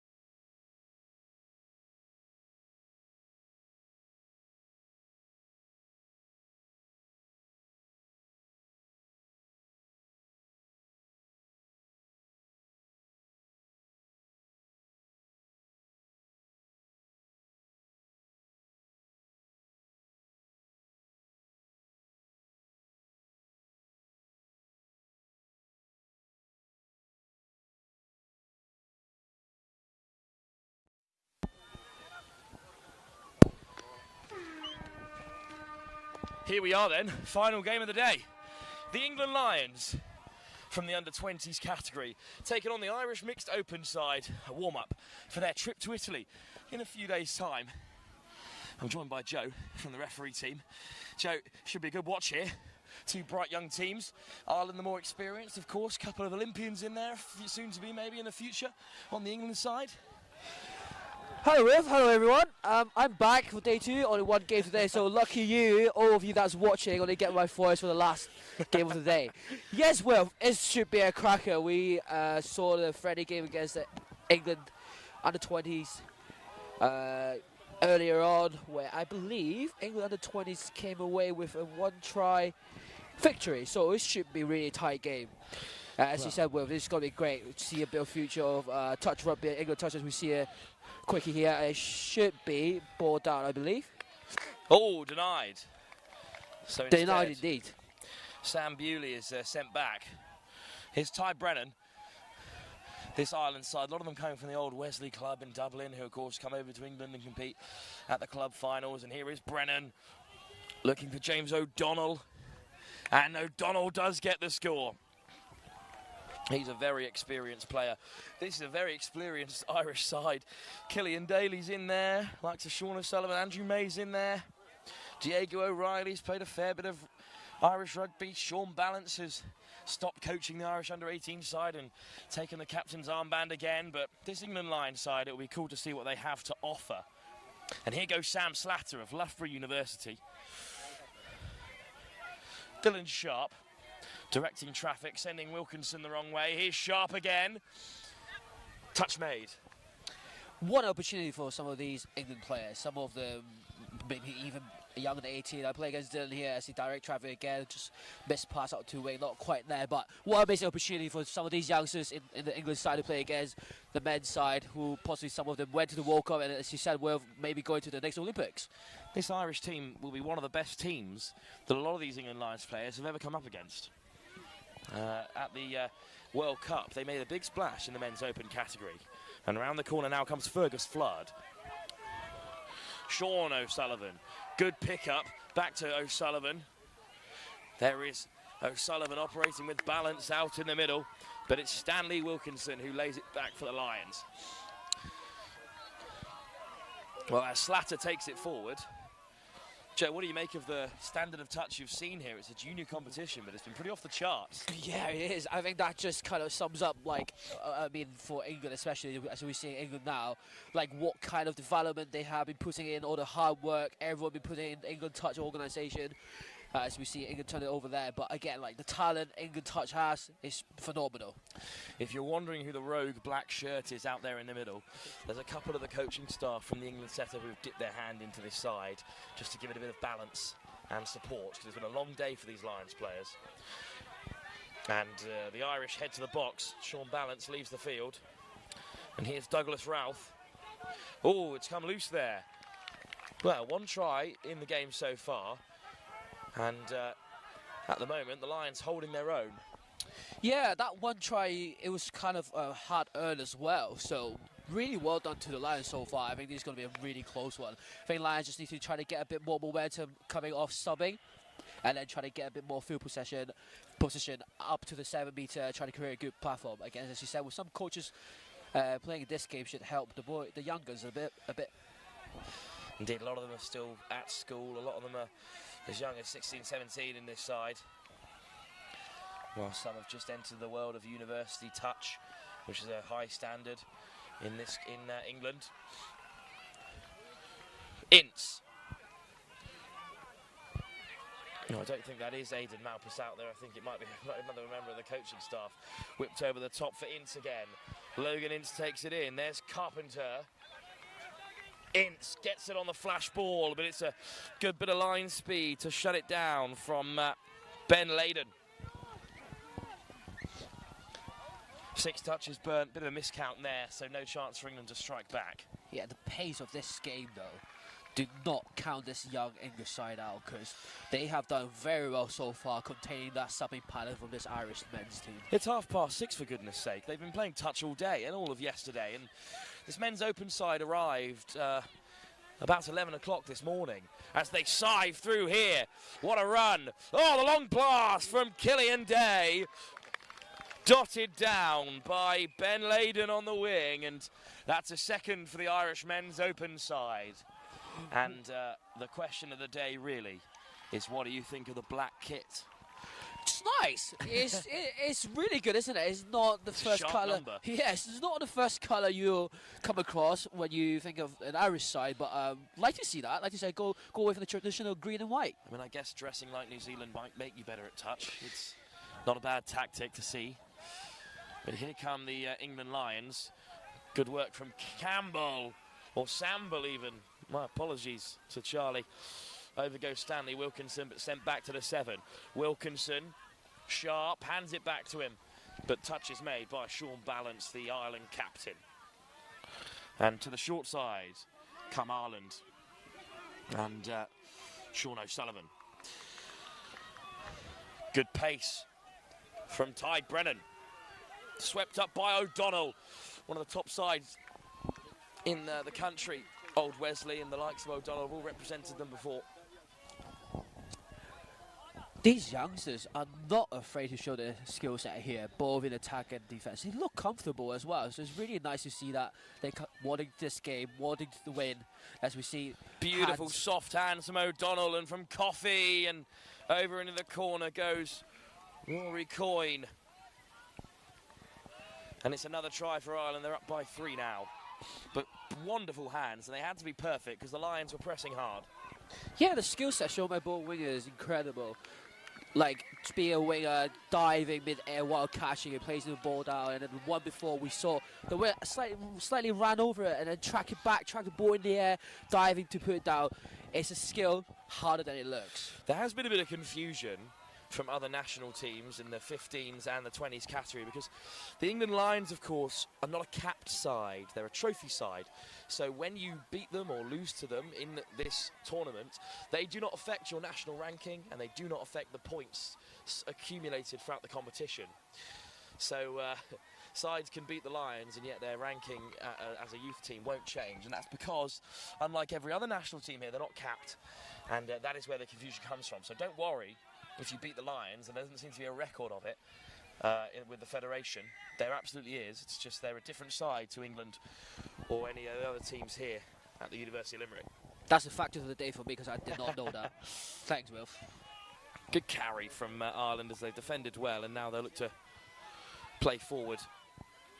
It's brand new kit because I am holding in my hand as a team sheet the kit order for this tournament. Which has their playing numbers attached and their names, which is all I need. And Sean O'Sullivan riding there in this debut strip finds O'Donnell. What hands from O'Donnell to find Andrew Mays. Yeah, good skill set again, shown by the Irish. Maybe starting to run away with it, but we'd like to see the Lions go to the scoreboard, won't we? And Mays goes over. At the moment, it's a clean sweep for the Lions. Andrew Mays, one of the tallest on the side, hence why they stick him out on the wing. But here come the Lions with another good drive. Graham lobbed over the top for Ince. Graham again, this time put down, unfortunately there. From a proud touch-playing family, of course, Ollie Graham. Around the corner come the Irish, looking to disrupt. Important touch by LSD. Flying forward come the Irish through Coffey and Ben O'Connell. Good pick up from Killian Daly, who skips around one, and Daly's in the end zone. Finds the pass, down goes Coffey to score. Wow, great score again. The Irish team managed to find a momentum coming off a subbing pattern, scoop through, well listened to the referee as referee say play on call, well worked. Good find, good vision for the try. It's a real expert analysis there, but this is a real expert showing of touch by this open side. Good work from Slatter, driving forward and taken on there by Sharp. Ooh, laid back and into the path of Samble, but unfortunately there they were running out of touches regardless, but it was put down. Now the English would like to try to contain this subbing party because it is very strong. What a ball that is back on the inside from Ben Lader. Made it look very casual. Taken in by Ty Brennan. And skipping through, through the cap flap. Almost snaffled up by Charlie Samble. A fresh set of 6 for Ireland, but that's great work to deny what would have been a fantastic looking try. Yeah, it's interesting. That's back-to-back scoop. The Irish try went to the short side instead of the open side on the far side, where they could have had a 4-on-3. So let's see if English can pick this up, maybe shut down that scoop a little bit, because it's very threatening. Bewley. Soft hands for Brennan, who looks to ship it on one more. But good pressure coming in from the wing by Noah Jones. And again, although the Lions are behind, they've shut out the Irish men's open side, which is easier said than done. Taken on by Slatter and then whipped off the deck by Stanley Wilkinson as they head towards the box. Up to halfway with a couple more touches to play with. Oh dear, unfortunately another turnover. What was that call there, Joe? Hip's not square. Hip's not square. A bit of a coach killer, that one. Portugal was stung a few times in the previous game, but they are a significantly less experienced side. All of these England players are playing at decent club level or university level or school level. That's the kind of thing they've got to get right if they want to progress through the international pathway. Which, no doubt, some of these players will be playing the next World Cup, I'm sure. Now Thomas gets it back again. Off goes Thomas. Snowden. Oh, nice footwork. Weaving his way through Daniel Bates, but falls back to the 7 by Ireland. Let's see what they can come up with. They still got maybe no touches to work with. That's on my part. Apologies, everyone. I thought they had one more touch to work with. Stepping inside now, Alex May, but is caught by Ireland. Good acceleration for this men's open side. Of course, playing on home soil, so a good opportunity. There's a bit of a coming together there between a few players on this short side, but in the end, a penalty has gone to the Irish men's open team. Pretty much a tap-off here, so it's going to be dangerous. Killian Daly. Skirting on the outside, Daly, ball in one hand, always dangerous. Ben O'Connell. Ooh, another good step from Fergus Flood. And this time Flood scores. Must have been an England player offside there as they wedged their way through. Yeah, very nice sweeper play of a good, decent drive. Yeah, maybe the Lions just lack maybe that a bit of experience against this Irish men's team, but again, do not count them out because they do look dangerous when they get to the 7-meter platform. But first thing first is just try to defend out this Irish team, get fresh things on onto the 7. Well, they're made up of players who are on the fringes of selection for England, which is again nothing to be shaken at. Theo Edwards was saying that they had 65 or so players to choose from for the England under-18 boys side, and you can only take 16 of them to this tournament. So that's about 50 odd who have been left at home in the under-20s category, which includes a lot of those players. Is no smaller. I'd hate to be the coach for that selection. Very long evening. Have a lot of phone calls to make. Carried on by Ireland well there, and Ty Brennan just couldn't get that final ball away. So a good shutout by the Lions.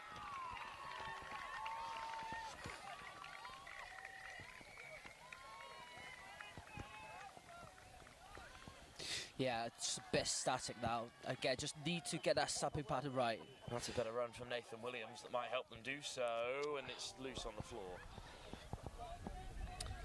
So Ireland have it back. But of course, tomorrow is the day of all days here at the Youth Atlantic Cup. It's nothing but knockouts all the way through to the afternoon, where on field one we'll have a plethora of gold medal matches for you to take in. What a grab on the deck from Killian Daly. What a game he's having, and instead of Killian Daly, it's James O'Donnell instead who slides in to score another. Great step back of a sweeper play, really, really good step back. Yeah, as you said, Wilf, tomorrow maybe a lot of drop-off. I rarely see a drop-off on commentary. I feel cursed. That's a good thing.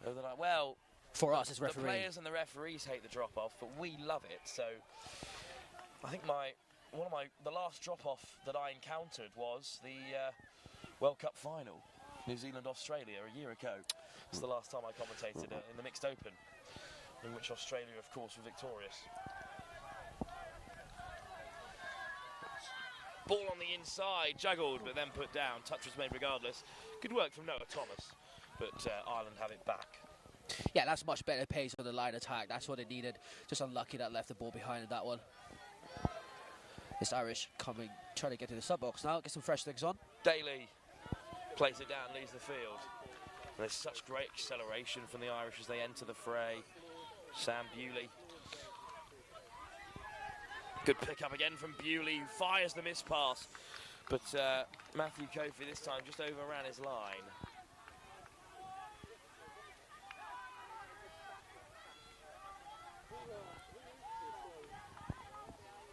Again, it's just a tad slow coming off. Maybe it's just a bit of an organisation thing.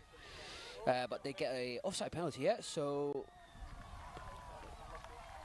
just like a tap off pretty much between half and 10. And they do take the first touch on halfway. That's some good acceleration. Carpenter.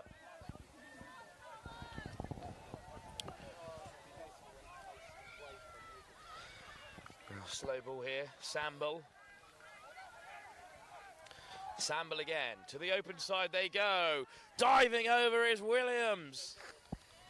No score, but the Lions coming ever closer as we approach half-time. A try is begging, isn't it? The try is going to come at some point.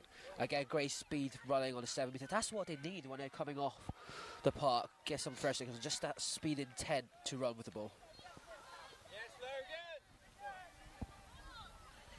Another weaving run, that time towards the short side by Sean O'Sullivan. Here's Ty Brennan. Great pace at the line. Brennan, one more will do it. Beautiful ball from Fergus Flood. Try score return creator. And the Men's Open have another score. Here we go. That time they went to the open side of 4-3. As I mentioned earlier, just easy score.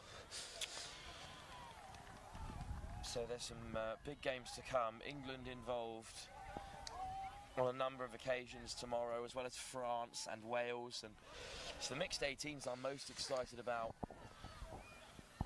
Waiting to see how Belgium have done this afternoon. Great snipe. Well, maybe offside. So a good snipe, but an illegal on, and Stanley Wilkinson goes over, but is forced back. Penalty. Big chance for the Lions. Now they like to try to use all 6 here. They didn't get scored before. Wilkinson off the deck from Samble. Wilkinson flashes it wide, great ball, and LSD scores. The Lions are on the board. Told you, a try was begging. A try was begging. The Irish Men's Open will be disappointed with that, but for the Lions, it's a great moment for them. Scoring against an international Men's Open side. Yeah, can we talk about that pass as well? That wrist pass. And a good take as well. Here come Ireland. Let's see if England have simply kicked the hornet's nest here. Sean O'Sullivan, Bewley, Balance. The skipper goes over, and he does score. Sean Balance, under-18s coach and Ireland captain, makes it look rather simple. Yeah, unfortunately that one time the 2 minutes just slightly disconnected. Again, a good step back on the inside, a good dive for the score. That's why he's a coach. Showing his team, that's why he's coaching them. Yeah, the idea that those who can't teach is entirely untrue in the world of touch. Nice switch for Slatter. Slatter makes good yards and forces the touch as well. Sharp. Down on the 7. Quick reversal here. Oh, dummy back on the inside, and Charlie Samble goes himself. And the Lions have a second score. And they've really woken up here before half-time. And now Samble gets over. Talk about a swift change of momentum here. The Lions on top. So let's see if they can deal this out. Maybe get at least one more score to see if they can get another one. 2-1 up in the last 5 minutes or so. Yeah. Off the deck, though. Ireland looking for the quick response through Andrew Mays. O'Donnell. Brennan. Dots down. Touch made by Logan Ince, but the score has been given. Brennan goes over, and Ireland with the perfect response, scoring off their first set of 7. So, half-time here between the Irish Men's Open and England Lions under 20 in this exhibition match. It's a good opportunity for the Lions to learn and for Ireland to test themselves ahead of the European Open in Italy. At the break, though, it's the Irish side, as expected, in control. Well, the Lions, with 2 tries on the board already, might have some more to offer in the second half.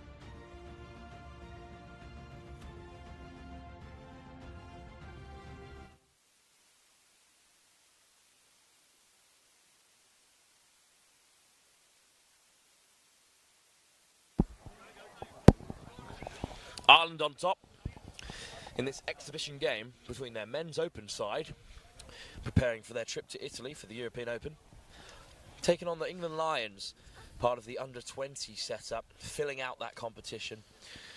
In the women's, it's England, South Africa and France. In the men's, it's England, France and England Lions.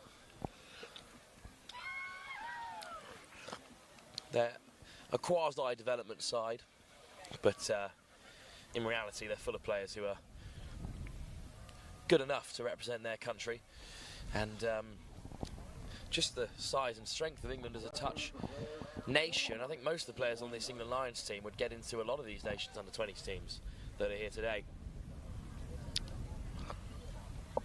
One thing that surprised me in a way, which is different from a lot of other youth sport, is that the majority of the Scottish team were Scottish, and the majority of the Welsh team were Welsh, and the majority of the international sides are full of players of that nationality, which is rare. Even in international rugby union, there's plenty of players who are living and growing up in England who will go and play for Scotland, Wales, Ireland, or vice versa. It's an interesting facet of touch that these nations are growing on their own. They're not borrowing from the bigger nations or the Tier 1 nations, of which England is the only one in Europe. That's also a reflection of how this sport has been growing, isn't it, the past couple of years, as we see England top of here get the second half going. It's a good thing, it's a good thing. See the sport grow and then get this kind of tournament to build a future for these players and the sport. And here come the lines then. It's Wilkinson. Slatter. Oh, lovely ball over the top, just put down by LSD, but it's a lovely pass from Sam Slatter. Former scrum half in the game of Union. Slatter makes the touch, but it's a good pick-up by Brennan. And look at the acceleration. Ireland are away. Diving across to make the touch is Stanley Wilkinson. And what a touch it was. And even the Irish bench could appreciate that effort.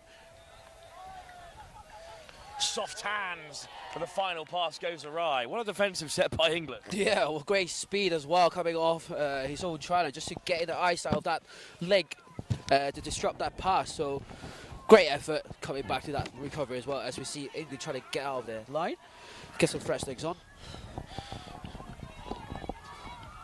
Here go the lines. They've made it to the box. And from this Irish bench, they're still barking the instructions. They are not letting up here at all against this England Lions side, with a bit of support from the coaching staff, all of who are capped internationals in their own right.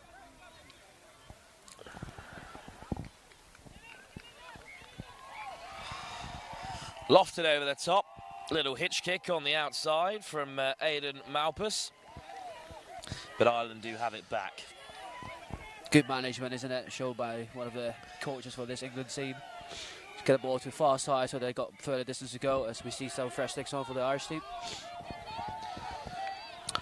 Now you can see all the fields here, mostly still populated. There's still 5 other games going on, even this late in the afternoon. Tomorrow we start at 8 AM. Yeah. For our opening game, which is good news for all you touch fans, slightly less good news for those of us commentating on them. And referee, we're meeting at 7:15. Good luck. Those opening games are big games, though. It's action for the mixed 18 competition. The round robin continues. Ireland, South Africa, and then England play Wales on field 2. And then after that, we're straight into the knockouts with the semi-finals of the mixed 15, semi-finals of the girls and boys 18, and then the series start to finish. The gold medal match in the mixed 20s, the gold medal match in the women's 20s, and then the boys 15, the girls 18, the boys 18, and our final game at 4 PM is the mixed 18 gold final. You can find all that information on the Federation of International Touches Instagram if you didn't exactly hear what I just rattled off. What a day it's going to be. What a day. Every game has meaning, even that final round robin. England and Wales, Ireland, South Africa. The top 4 get a bye straight through to the semi-final. Or the top 2, sorry, get a bye straight through. And that could be a huge boost for those teams. So we see England coming back after a good D-set coming out of their line. Oh, good drive by Graham. Ollie Graham still going. Oh, Ollie Graham with a little goosey, but he is caught in the end by the towering Andrew Mays. Love that. Love to see this young England side just to have a go at things. Do something different. Graham to the 7 with that number on his back.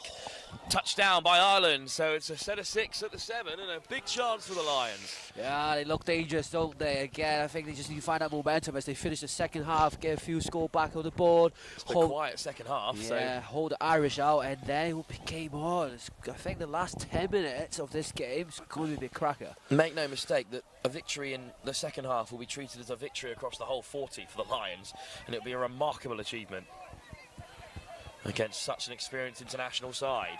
Sliding over goes Slatter. Score has been given. Wow, here we go. Just need to find that momentum now. They just need to stick with it. Keep the line attack, don't change anything because they do really well. Just need to tighten it up a little bit in defence, especially in the middle when the Irish team running a 33 quickie play. Well, Slatter looks a little bit worse for wear, but it was a fantastic finish regardless.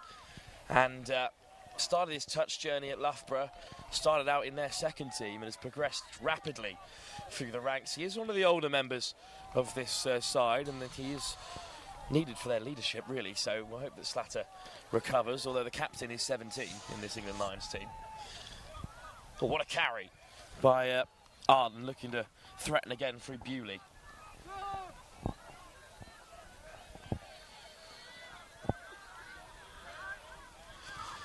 Bewley, over the top it goes, and what a take that would have been by Andrew Mays, but unfortunately not to be. There was a nice moment down there where Dylan Sharp was chatting to his mate on the sideline, and his two parents in front of us just yelled at him to get back into the box. That's what we need, isn't it? Sometimes just parents give us a shout and we actually do something that the coach tells us, which we never listen to. Still good of their parents to come all the way over to Limerick and support their children in their touch journey. Here come Ireland again. Beautiful handling. Great defence, though, by Alex Main off his wing to deny Ireland. Yeah, try saver. Bewley. Killian Daly. Bewley again. Now in behind they go, but again it's good read from England and the touch is made.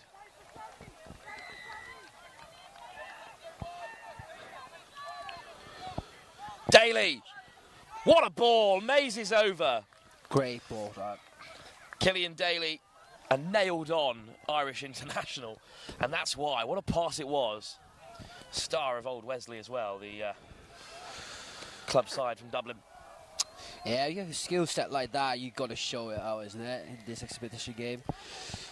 They've certainly got 2 or 3 fantastic combinations in the middle Ireland, really exciting players. The likes of Balance and Daly and Bewley as well, all playing in the centre of field. Can't forget Ty Brennan, who shifts from link to middle every now and then. Good effort from Carpenter. Shot side was on there. Donald Carpenter back to the 7. Ince, good pickup. Ince on the return. Instead, it's over the top and diving finish from Ellis D. And he's got another score. Bang. D on the double here against Ireland Men's Open. He's completely aired the kick back to halfway, but we won't hold it against him because he's got 2 tries. Yeah, bang, bang. What you can do, I can do the same. Good low ball again, back with the wing. Good finish. LSD, 2 tries as Ireland Men's Open. What a trip to Limerick it's been. As he gives a thumbs up to the sideline where his parents are, or at least supporters watching on. Here's Sean Balance, Ireland captain.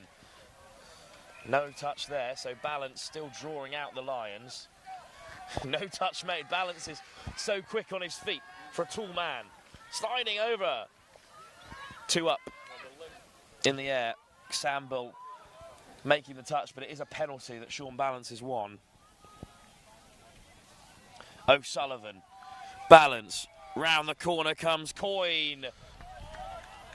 Good touch. Good dive as well. Good touch all round. Here's O'Sullivan. Balance. O'Sullivan. Dummy. Back to the short side. It comes off an England hand, so it'll be 6 more touches. See what the Irish can come up here, because it's actually been quite a good defence by the Lions team. Balance. Oh, beautiful hands from Rory Coyne. And eventually the try is given. It's another for Andrew Mays. Oh no! I think they come back for offside. Chalked off. But another penalty. So no try for Ireland, but we'll stay down this area of the field. Yeah, I think the next one, next penalty, will be exclusion for the England Lions. So they need to show discipline now. Balance. It's another penalty. And someone's going to leave the field, I believe. Only a 6 again, I think. Oh, in fact, only it's a just 6 again. Backwards. So 6 again instead of a penalty. Balance. O'Sullivan. Back to O'Sullivan. They lurch towards the edge. It's a good touch made by Noah Snowden.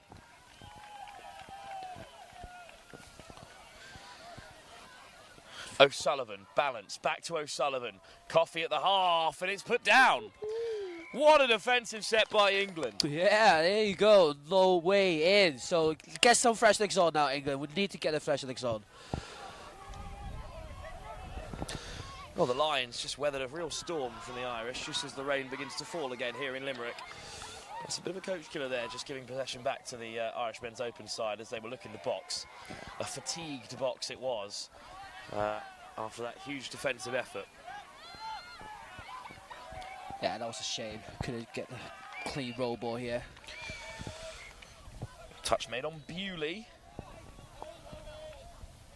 Killian Daly skips away from Daniel Bates. Daly, Bewley slides in from a long way out. Oh, dropped it. No try. Well, this is a strong second half from the Lions after some one-way traffic in the first half. A couple of tries towards the end of that period, and the Lions have switched on here. Nice ball out wide as well. Yeah, that's subbing off is much better. Just get the ball out to the sub box side. And they win a penalty as well. Yeah. So now, just need to manage this set really well. Try to get as much yard for first 3 touches. Get on the 7-meter line, set up a good platform. Great early drive here from the English, practically a tap-off from the position they're in. Here goes Logan Ince. Ince, Carpenter, Graham, caught by Ireland, flying out of the line there. The experienced heads know exactly when to strike. Graham, almost through. Killian Daly catches him on the way, and Ireland have it back. Yeah, not quite that tired. The first 3 touches was exactly as I said. Just hard drive, getting 7-meter line, not quite on the execution as we see the Irish team getting some fresh legs on. Off the deck from Andrew Mays. And Mays again plays half, but it's going to be a turnover for England.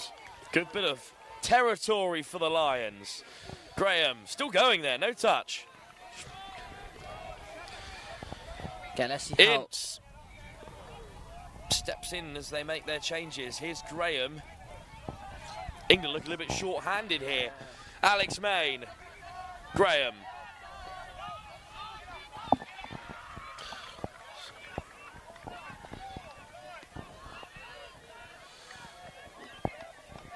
Wilkinson forces the touch. Ireland back pedal. Samble delays the pass and it's picked off by the men in black.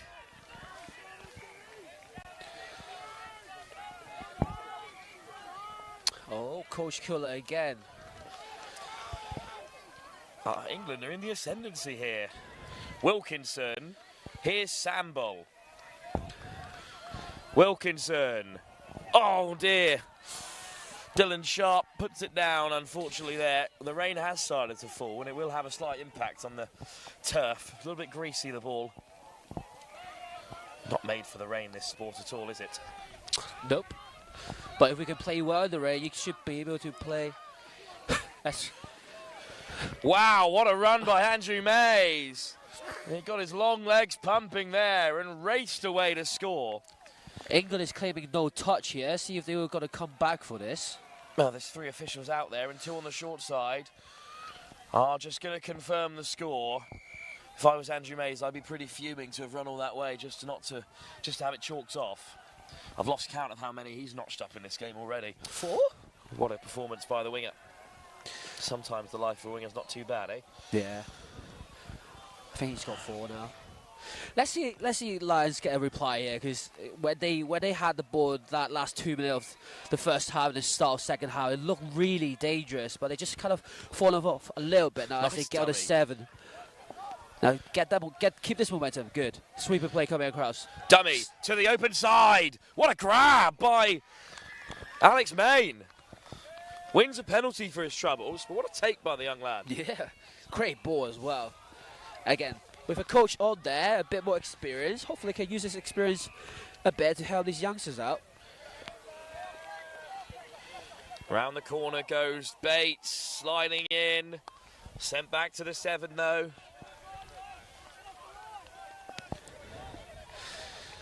Hopefully they'll dive a bit more as the grass is a bit wetter now. Rain is really dropping. Let's hope it washes away overnight. as we start at 8 AM tomorrow morning. Good line, straight through the centre by Charles Ward, but no way through the black and white wall. Touch made, and that will be the turnover. Yeah, it's a shame Lions didn't come away with it, but as a coach, I think you'd be happy they used all set of 6, especially in this condition. So it's good to see.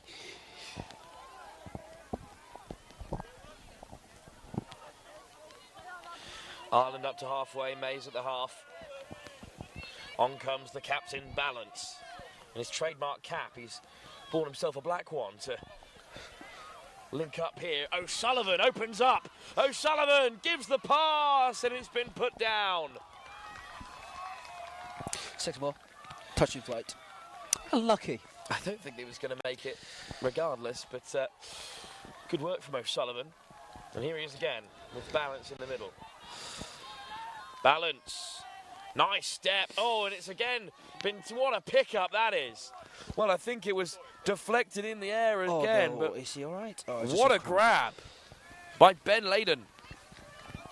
Just a crab, I think. But what a pickup for another Ireland score.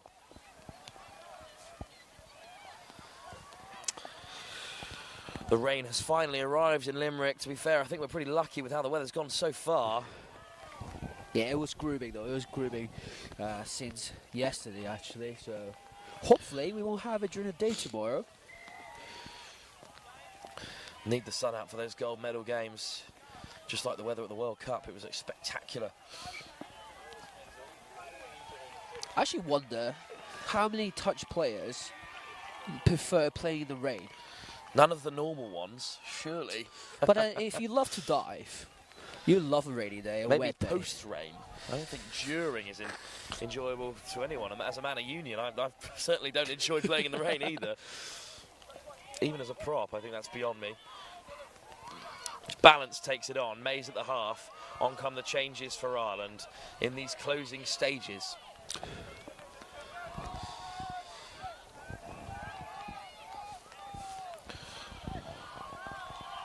Ireland with a great drive, and they're up beyond the 7. The ball on the inside is put down. England survive again. And this second half has been a great improvement for the Lions. Yeah, again, just need to get that subbing right, get that yards, and close the sub box and just get some fresh legs on, just punch it through.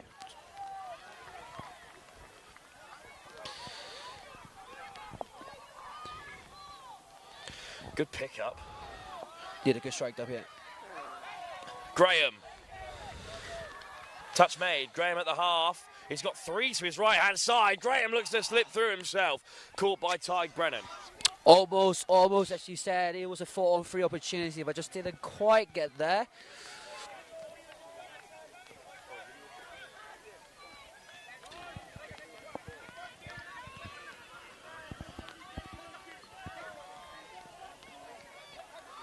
Well, this has been, and I will admit, unexpected from my opinion. I thought that Ireland would really run away with things here, but the Lions have played excellently well, and it's a credit to England Rugby and to Sammy Phillips and the team that they've managed to bring together such a good squad, and that's a slight knock-on, which will give England a penalty. Yeah, I think it's, as an English Lions mindset, you've probably got nothing to lose anyway, so you just go all out, and they back their confidence, back their skill set, and give us a really, really good game here. Touch on halfway, so 5 touches to play with. Maybe England can get one more before the end of this game. Would be a moment. Excellent pickup.